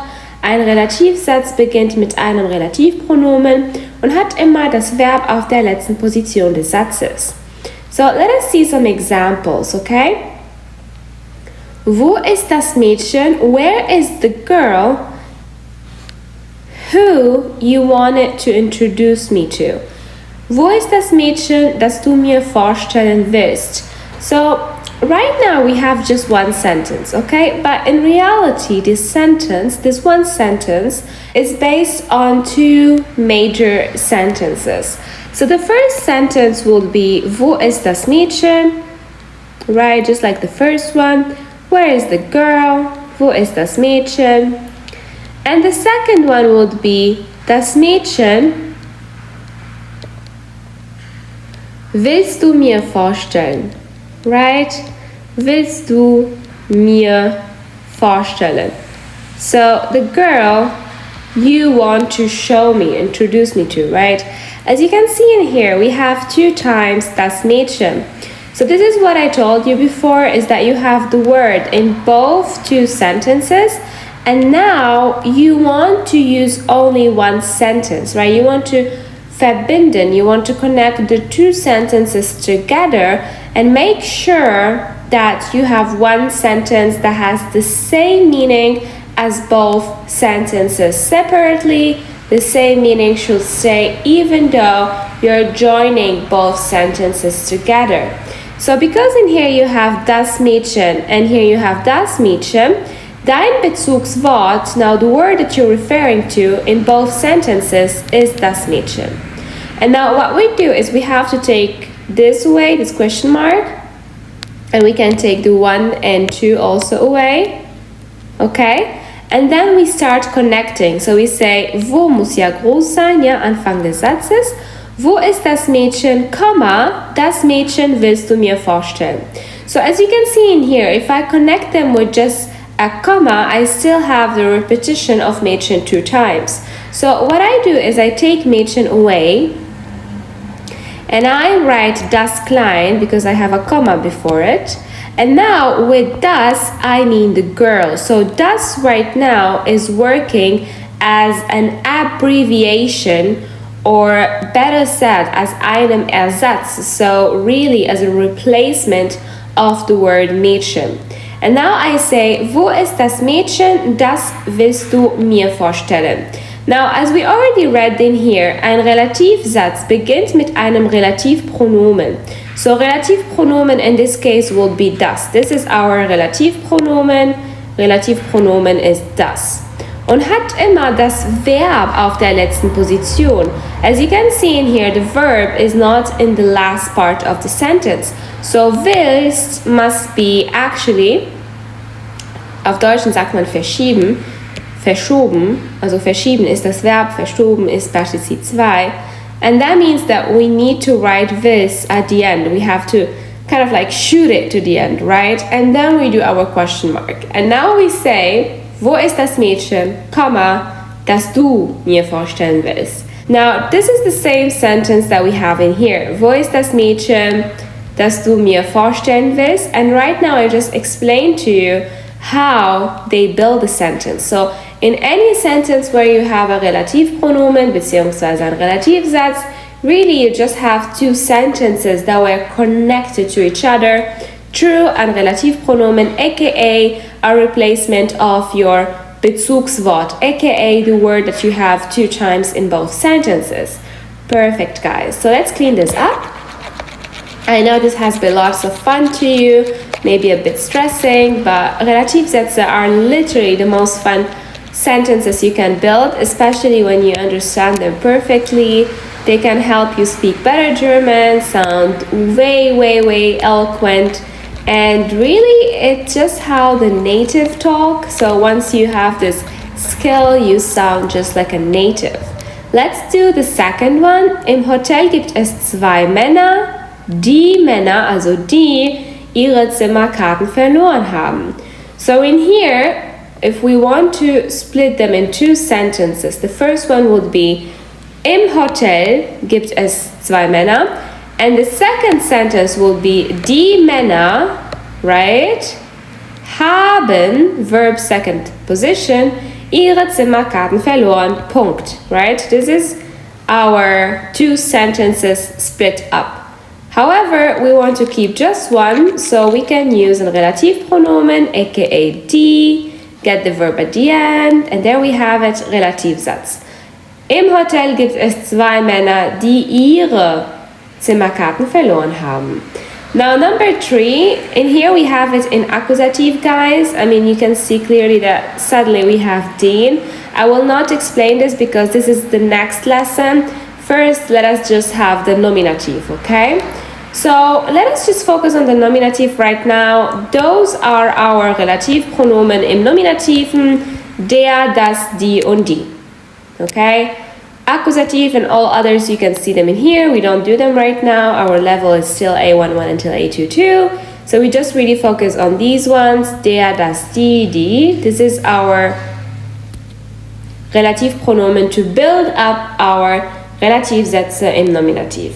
Sure, you're confused and you're thinking, but wait a minute, what do you mean? What are these, right?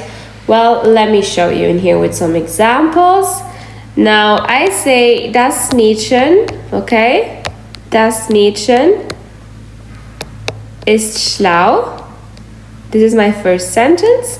And then I say das Mädchen heißt Senja. Ja? Dann sage ich, okay, ich möchte jetzt beide Sätze verbinden. Ich brauche erstmal ein Relativpronomen. Right? So I look at both sentences and both sentences are in the casus. The casus of these sentences is nominative. Why? Well, this should be very clear now if you watch all the series with us and you learned with us. Because das Mädchen is both, in both sentences, it is the subject, Subjekt. In fact, the question in the first sentence will be wer ist schlau?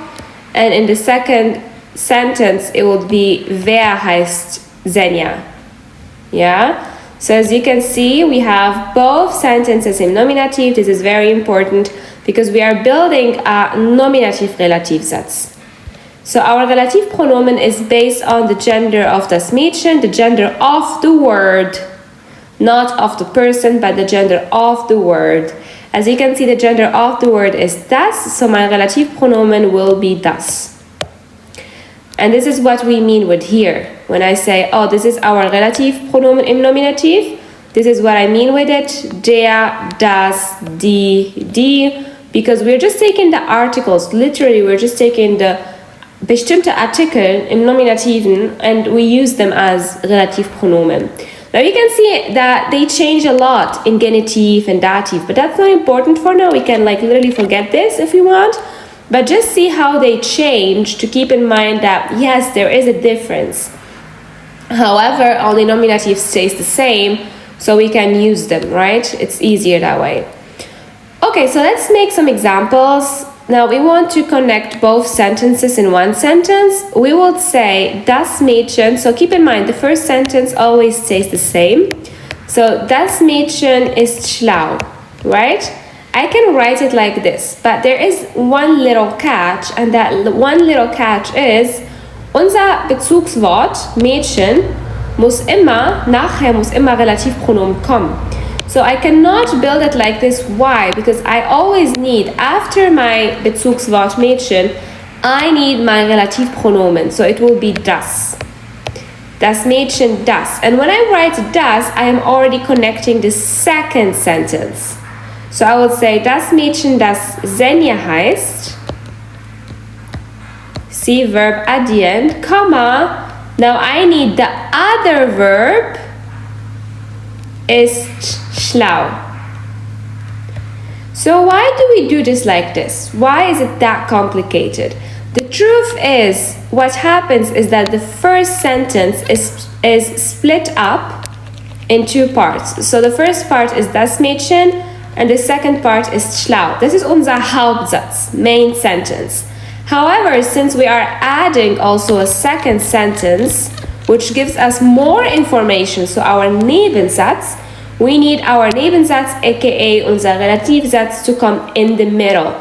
And why this is very important for it to come into the middle is because mein Wort, das Mädchen, danach, after the Bezugswort, after the main word that is repeated both in the two sentences, I need my Relativpronomen.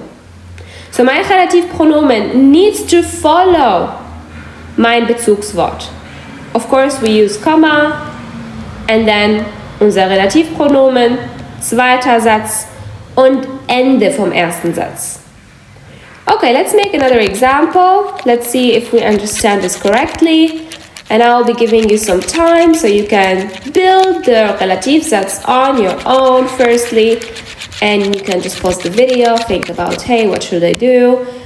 Okay, so these are our two examples. Please pause the video right now and try them on your own. Try to get both sentences in one sentence. If you continue watching, I'll be giving the solutions right now, so please, if you don't have your sentences, pause the video right now and get them first. Okay, welcome back. The solution, Lösung of the first sentence is die Frau, Relativpronomen, die glücklich ist. Second sentence, Verb am Ende. Kauft, Verb following the first verb, eine Tasche. Die Frau, die glücklich ist, kauft eine Tasche. Second, der Mann, Relativpronomen, der sportlich ist. Second sentence, Verb addieren. Next verb, mag Sport. There you have it, guys. This is how you build Relativsätze im Nominativ. You can pause the video right now, do these 12 sentences on your own from our grammar book, and I will be giving you the solutions if you keep watching. So if you want to do it on your own, please stop the video right now, try your best, and come back for the solutions. So these are our solutions right now. Lukas, der, Luisa, die, Frau Müller, die, der Urlaub, der Mann, der Zahnarzt, der Lehrer, das Mädchen, das, die Mutter, die, der Großvater, der Mann, das Studium, das. These are the solutions, let's read them now. Lukas, der nur 12 Jahre alt ist, hat schon seine eigene Firma. Luisa, die blonde Haare hat, ist jetzt in der 7. Schulklasse. Frau Müller, die seit Jahren verheiratet ist, lässt sich scheiden. Der Urlaub, der eine Woche gedauert hat, ist sehr interessant gewesen. Der Mann, der als Unternehmer arbeitet, ist in mich verliebt. Der Zahnarzt, der immer eine sehr gute Beratung anbietet, ist gestorben. Der Lehrer, der gerne viele Hausaufgaben gibt, ist ledig. Das Mädchen, das gerne Eis isst, hat viel Gewicht verloren. Die Mutter, die 2 Kinder hat, ist extrem beschäftigt. Der Großvater, der Multimillionär gewesen ist, fährt gerne Fahrrad. Der Mann, der sehr gut Volleyball spielt, ist auch Milliardär. Das Studium, das viele machen, ist kaum wichtig. So, as you guys can see, the Relativpronomen im Nominativ are always der, die, das, because we are having the same subject in both sentences. I'm so excited that you guys learned with us today in our LangAdvance digital course with our exciting exercises, and keep on going, give your best to learn German, and I am so happy that you're conquering your word and learning how to speak better German. Welcome back. I'm so happy to see how the exercises have cleared your mind with all of this grammar that never ends. But I'm also excited to see you in our next class, where we'll be talking about Relativsätze, but this time in Akkusativ. See you there. Welcome to our class number 14, where we will be talking about Relativsätze, this time in Akkusativ. So when we have two sentences that we want to connect to each other, let's do an example. I say, ich sehe den Mann, and then my second sentence will be, der Mann ist freundlich, right? Now I would like to connect these two sentences to each other and pretty much build a main sentence built by both of them. We already learned to do this in our last class when we have two sentences and they are both in nominative because they both have the same subject.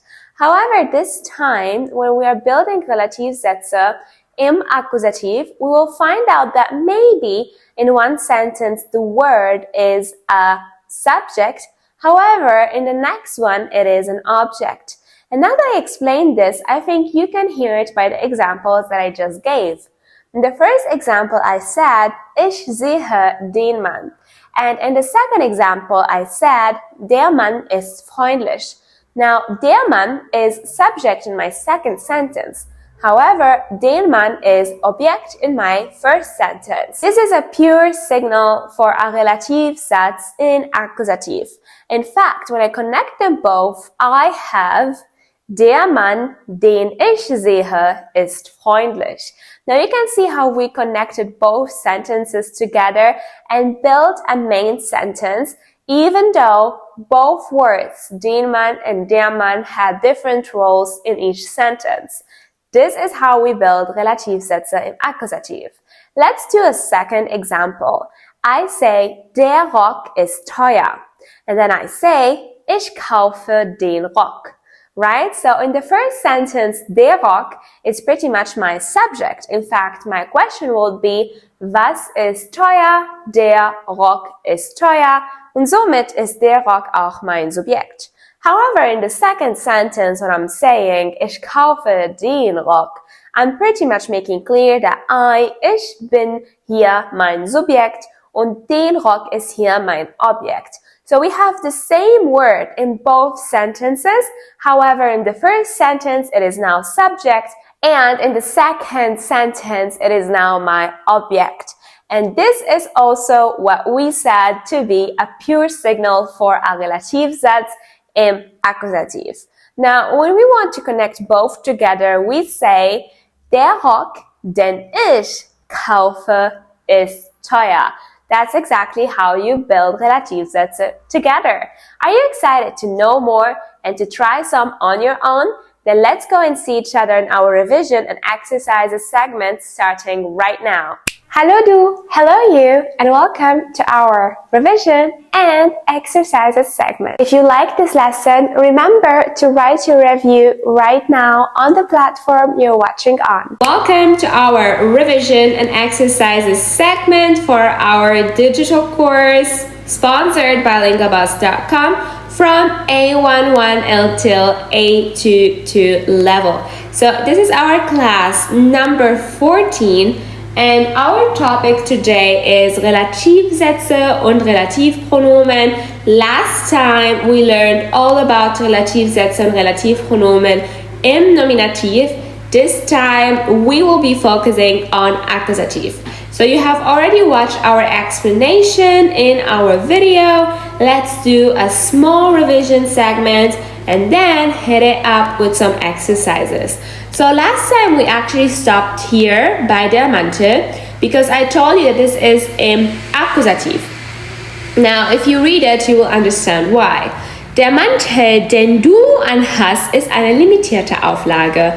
So last time when we learned all about Relativsätze im Nominativ, we actually learned that both of the sentences have the same subject. However, guys, it is pretty clear that in this sentence we have two different subjects. Now, let me write it maybe here so you can really see it. The first sentence is, der Mantel ist eine limitierte Auflage. Okay, so this Mantel is some kind of first edition, limited edition, right? And the second sentence says, du hast den Mantel an. So in the first sentence, we are saying, wow, this Mantel is limitiert. So the subject is, was ist limitiert? Was ist eine limitierte Auflage? Der Mantel. This is our subject of the first sentence. However, in the second sentence, my question is, wer?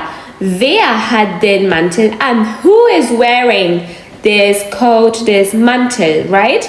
And the answer is du.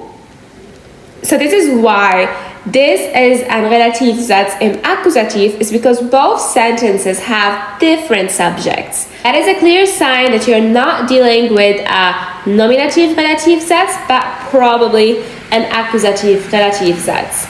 Now let's see how the relative pronomen look like when we go to nominative. You can see maskulin ist den, neutral ist das, feminin ist die und plural ist die.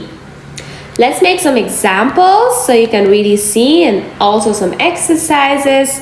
Subject is ich. In fact, I ask, wer kauft eine Tasche oder eine Tasse?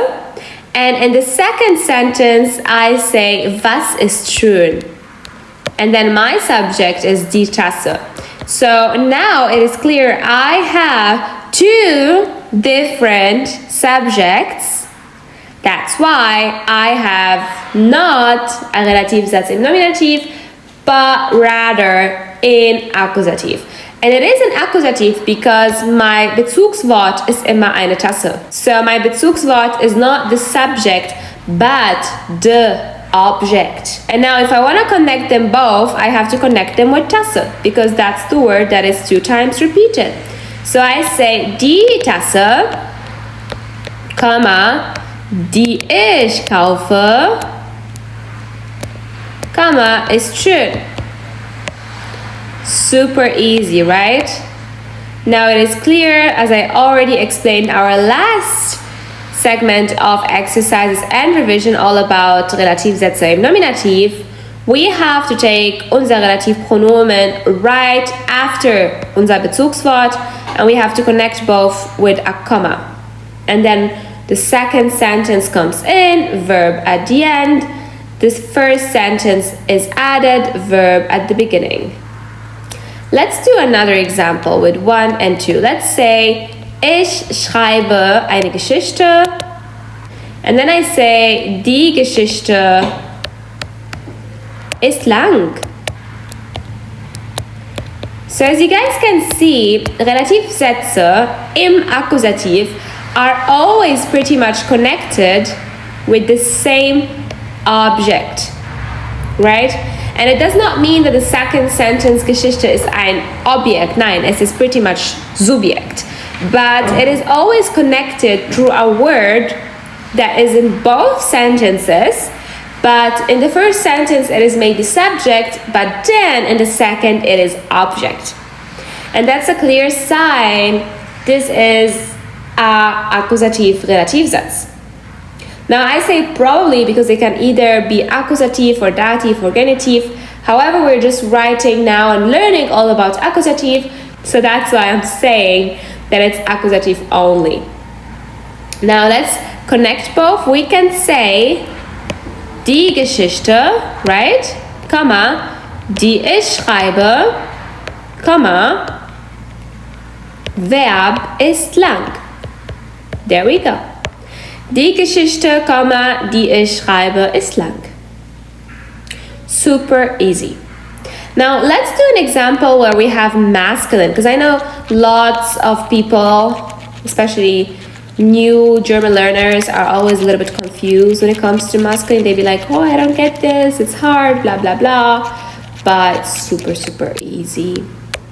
So let's do number 1. We can say, der Mann ist groß. Beziehungsweise, if we mean that he's tall, right? Der Mann ist groß, der Mann ist groß. And the second one, ich kann sagen, ich mag den Mann. I like the man. I like this tall man, right? Now, what happens is, in the first sentence, der Mann is Subjekt. However, in the second sentence, it is Objekt.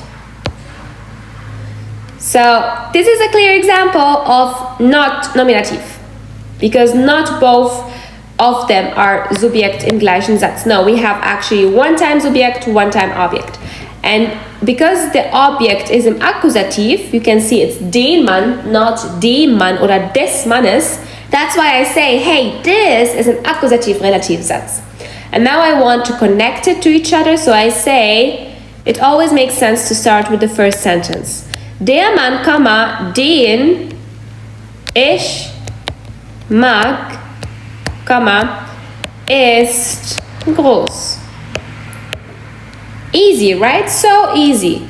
Der Mann, den ich mag, ist groß. Perfect, easy, super, super, super easy for us to understand. Okay, so let's see now how good you understand these examples.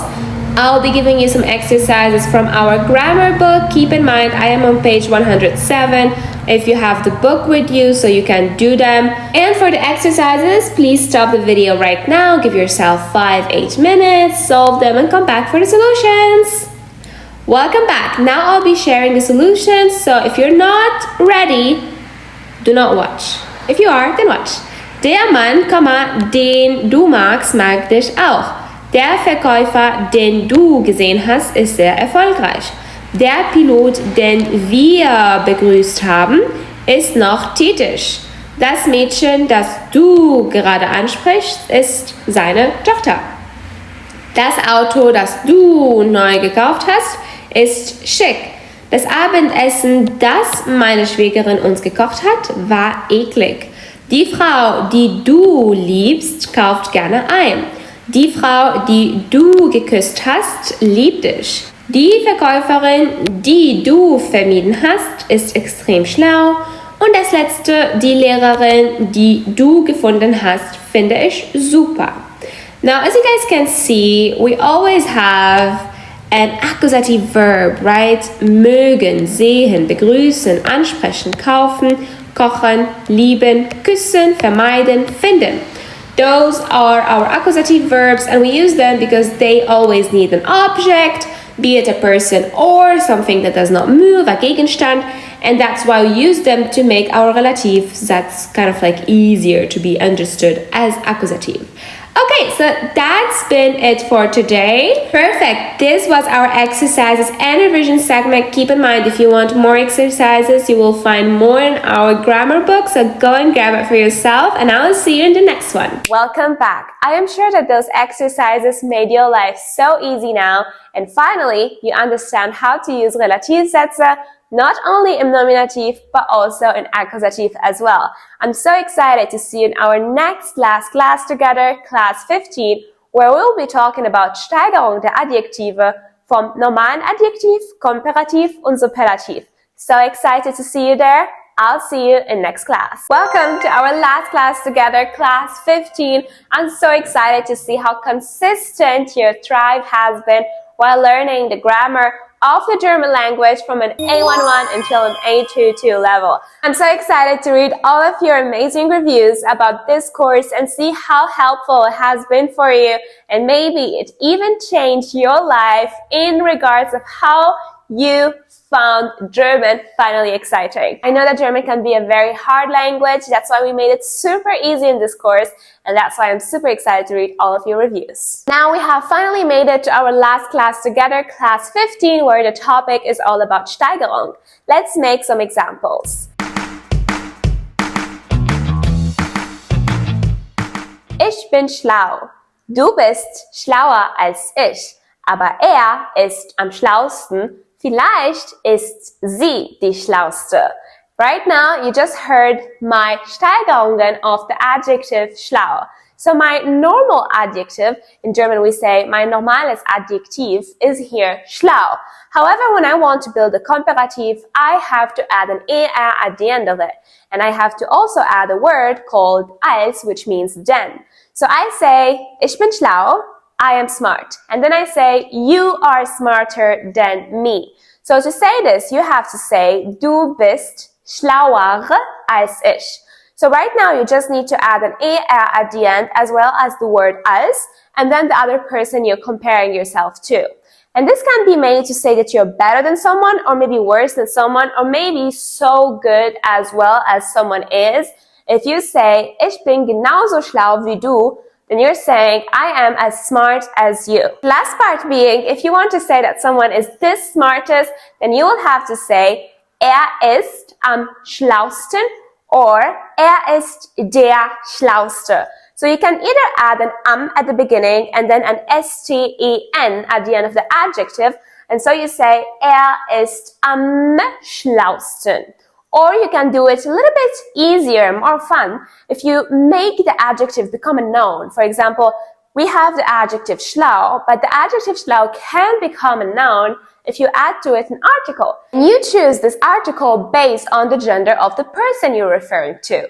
So if you have, for example, das Mädchen, right? Then you would say, das Mädchen ist das Schlauste, and then you would write the S from schlau big because now it is a noun. Let's see more in our revision and exercises segment. I can't wait to see you there and teach you more.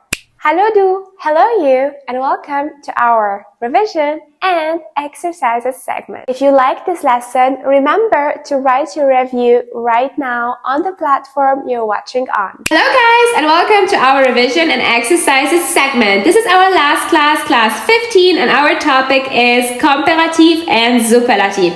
First of all, guys, I am super proud of you that you have stayed so consistent into your German learning journey and that you find yourself in our last class right now. High five yourself. I know how hard it has been for you, and I'm so happy to celebrate this instant moment with you and tell you how proud I am of you right now. Keep it going. German is easy, and I know that you can do it as well. So right now we will conclude our A11 until A22 level, and we will see you actually in the next digital course produced by LangAdvance.com, where we will be all learning from A22 until B11. I'm so excited to see you in that course. And right now we can focus on comparative vs superlative. So when we talk about comparative, we are pretty much just comparing two people to each other, two things to each other. That's why it's called comparative. You're just comparing, so comparison. However, when we talk about superlative, we're pretty much only focused on one thing or on one person and saying how good that person is or how good and great that thing is. So let us see some examples. Now we have always our normales adjective. That's, for example, schön, dumm, schnell. Let's see the examples. We say Perla ist schön, Laura ist dumm, das neue Auto ist schnell. However, if we want to compare, then we need a word that is als, and als pretty much just means then. That's the meaning of als, it just means then. So when I say Perla ist schöner als Luisa, I'm pretty much saying Perla is more beautiful than Luisa. In fact, the er in here helps me build the comparative in German. However, when I go to superlative, I can do it certainly a little bit different. I can either choose I want to say am schönsten or I want to say die schönste. For example, Perla ist am schönsten or Perla ist die schönste. If I want to go to the second route, as we have already learned our video explanation, we have to base the article on the gender of Perla. Now, because Perla is a girl, then I say die. If Perla was a guy, I say der. And if it was just a word with das, for example, das Fahrrad, then I will be saying das schönste. Even though, like, I don't think a bike can be beautiful, but hey, everybody got his own taste. Now keep it going with the second example, so we can see that normales adjective is here, Laura ist dumm. Comparative would be Laura ist dümmer als Luisa, and hey, hey, hey. And here we can see that it's a little bit irregular. That's why the U changes to an U umlaut, and we also add the er at the end. And our superlative is either Laura ist am dummsten oder Laura ist die dummste. Again, here we're going with die as article because we're basing it on the gender of Laura, which is feminine. And also in here we can see that this is an irregular adjective because it changes its form once it is transformed to the comparative version or to the superlative version. We can see that the U now is a U, and that's a clear sign of an irregular adjective. The last is, das neue Auto ist schnell, Komparativ, das neue Auto ist schneller als das alte Auto und Superlativ, das neue Auto ist am schnellsten oder das schnellste. Genau here, we take actually in here das because we are basing it on the gender of the word, which is das Auto, so das, so we have to also write das in here. Perfect. Now let's revise how we build the comparative or the superlative. Now, for example, we just need any kind of adjective in its natural state. That's what we call normales adjective. So, for example, I can take in here the adjective langsam, which just means slow. If I want to build the comparative, then I need to add the er at the end. So I say langsamer. I add the er at the end. This is my comparative. Then I add also als, langsamer als. And if I want to build my superlative, I can do it two ways. I can say am So if I want to go with this root, I say am langsamsten. Or if I want to go with this root, actually up here with superlative, I can also say der, die oder das langsamste. Langsamste. So what do we see in here? We see that we have to write the L bigger. In fact, we can see it up here, that the adjective becomes a noun, ein Name, because now it has an article. That's why I write die schönste big, that's why I write die dümmste big, and that's why I also write das schnellste big. This is very, very important. Please don't make the mistake that you forget to write it big. It needs to be written big because now it has transformed from adjective to a noun, zu einem Nomen. Okay, so let's do some exercises together now. Our exercises, you can see them in here. You can see also the explanations and some help before you have to try on your own. Schön, schöner, am schönsten oder der, die das schönste. Schnell, schneller, am schnellsten oder der, die das schnellste. Cool, cooler, am coolsten oder der, die das coolste. Langsam, langsamer, am langsamsten oder der, die das langsamste. And now we have gemein, gemeiner, and now you have to build a superlative on your own, not only for gemein, but from gemein until gebildet. If you want to do it on your book, remember, you can find this on page 97, 97. However, if you don't have the book, then throughout the QR code that you see right now on screen, you can go to our webpage and purchase it for yourself, be it digitally or in print. Now, if you want to do the exercises, please pause the video right now. If you keep on watching, you will see the solutions. So in here you can see the solutions right now. For gemein we say gemein, gemeiner, am gemeinsten oder der, die das gemeinste. Nervig, nerviger, am nervigsten oder der, die das nervigste. Geizig, geiziger, am geizigsten oder der, die das geizigste. Bedauerlich, bedauerlicher, am bedauerlichsten oder der, die das bedauerlichste. Erreichbar, erreichbarer, am erreichbarsten oder der, die das erreichbarste. Erstklassig, erstklassiger, am erstklassigsten oder der, die das erstklassigste. Ehrgeizig, ehrgeiziger, am ehrgeizigsten oder der, die das ehrgeizigste. Gebildet, gebildeter, am gebildesten oder der, die das gebildeste. Perfect. I hope that you had the same solutions because this means that you understood the task correctly. Now, let's talk about some adjectives that are pretty poorly irregular. That means we need to learn them by heart. Okay, so as you can see in here, this is our list of our irregular adjectives. Let's start with gern. So we say gern, however, in comparative we say lieber. You see a big change? This is why it is called irregular. Let's read them right now so you learn them with the correct pronunciation. Gern, lieber, am liebsten. Gut, besser, am besten. Hoch, höher, am höchsten. Nah, näher, am nächsten. Viel, sehr, am meisten. Groß, größer, am größten. Kalt, kälter, am kältesten. Klug, klüger, am klügsten. Fett, fetter, am fettesten. We're not done yet. Let's see the next slide. Schlecht, schlechter, am schlechtesten. Nett, netter, am nettesten. Edel, edler, am edelsten. Aktuell, aktueller, am aktuellsten. So this has been it for our topic today of our last class together, guys. Comparative vs superlative. If you want more exercises, keep in mind that in our grammar book, you have so much that you can do so you can improve your German and also have fun while you're doing so. Welcome back. And so you have finished our course from A11 until A22. I am super proud of you and I can't wait to see you in our A22 until B11 course, all about a little bit of intermediate grammar of the German language. Super proud of you. Continue doing what you do. Continue being constant. Don't stop now. We all know if you stop right now learning German, you'll forget everything you have learned so far. And I am so excited to hear all of your amazing reviews on this course. So please write us one on whatever platform you're watching and let us know how we have helped you so far. Can't wait to see you in the next course.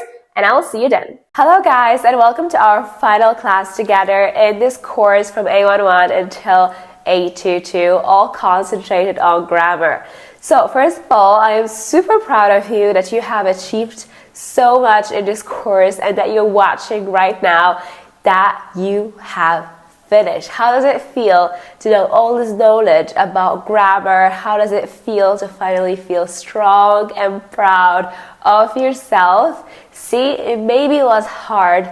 You maybe wanted to quit so many times, but because you stayed and you have learned, now you can profit of all the amazing information that we have shared with you in this course. Of course, the journey does not stop here. We will see each other in our next course from A22 until B11, all about the B1 German grammar that you need for life, and maybe also for your Telc B1 exam, Sprachbausteine, if that's your goal.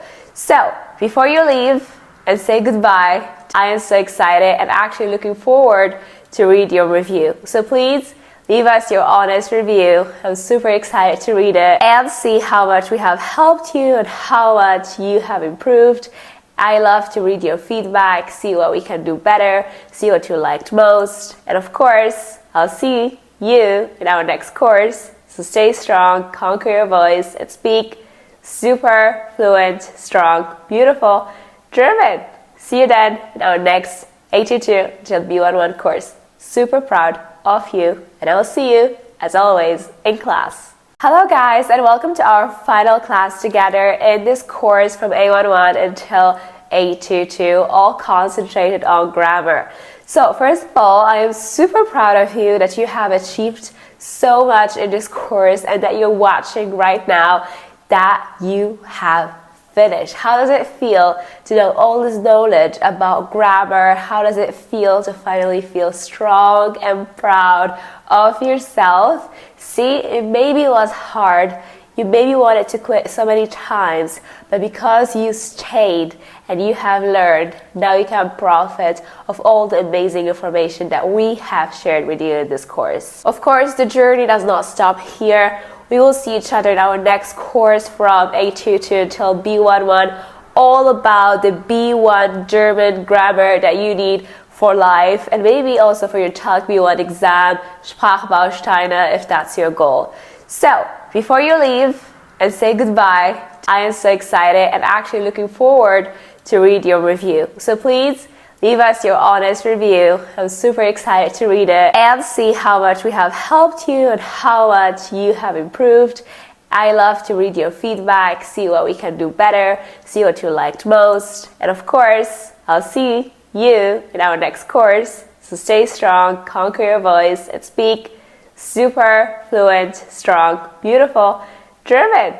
See you then in our next A22 till B11 course. Super proud of you, and I will see you, as always, in class. See you in class.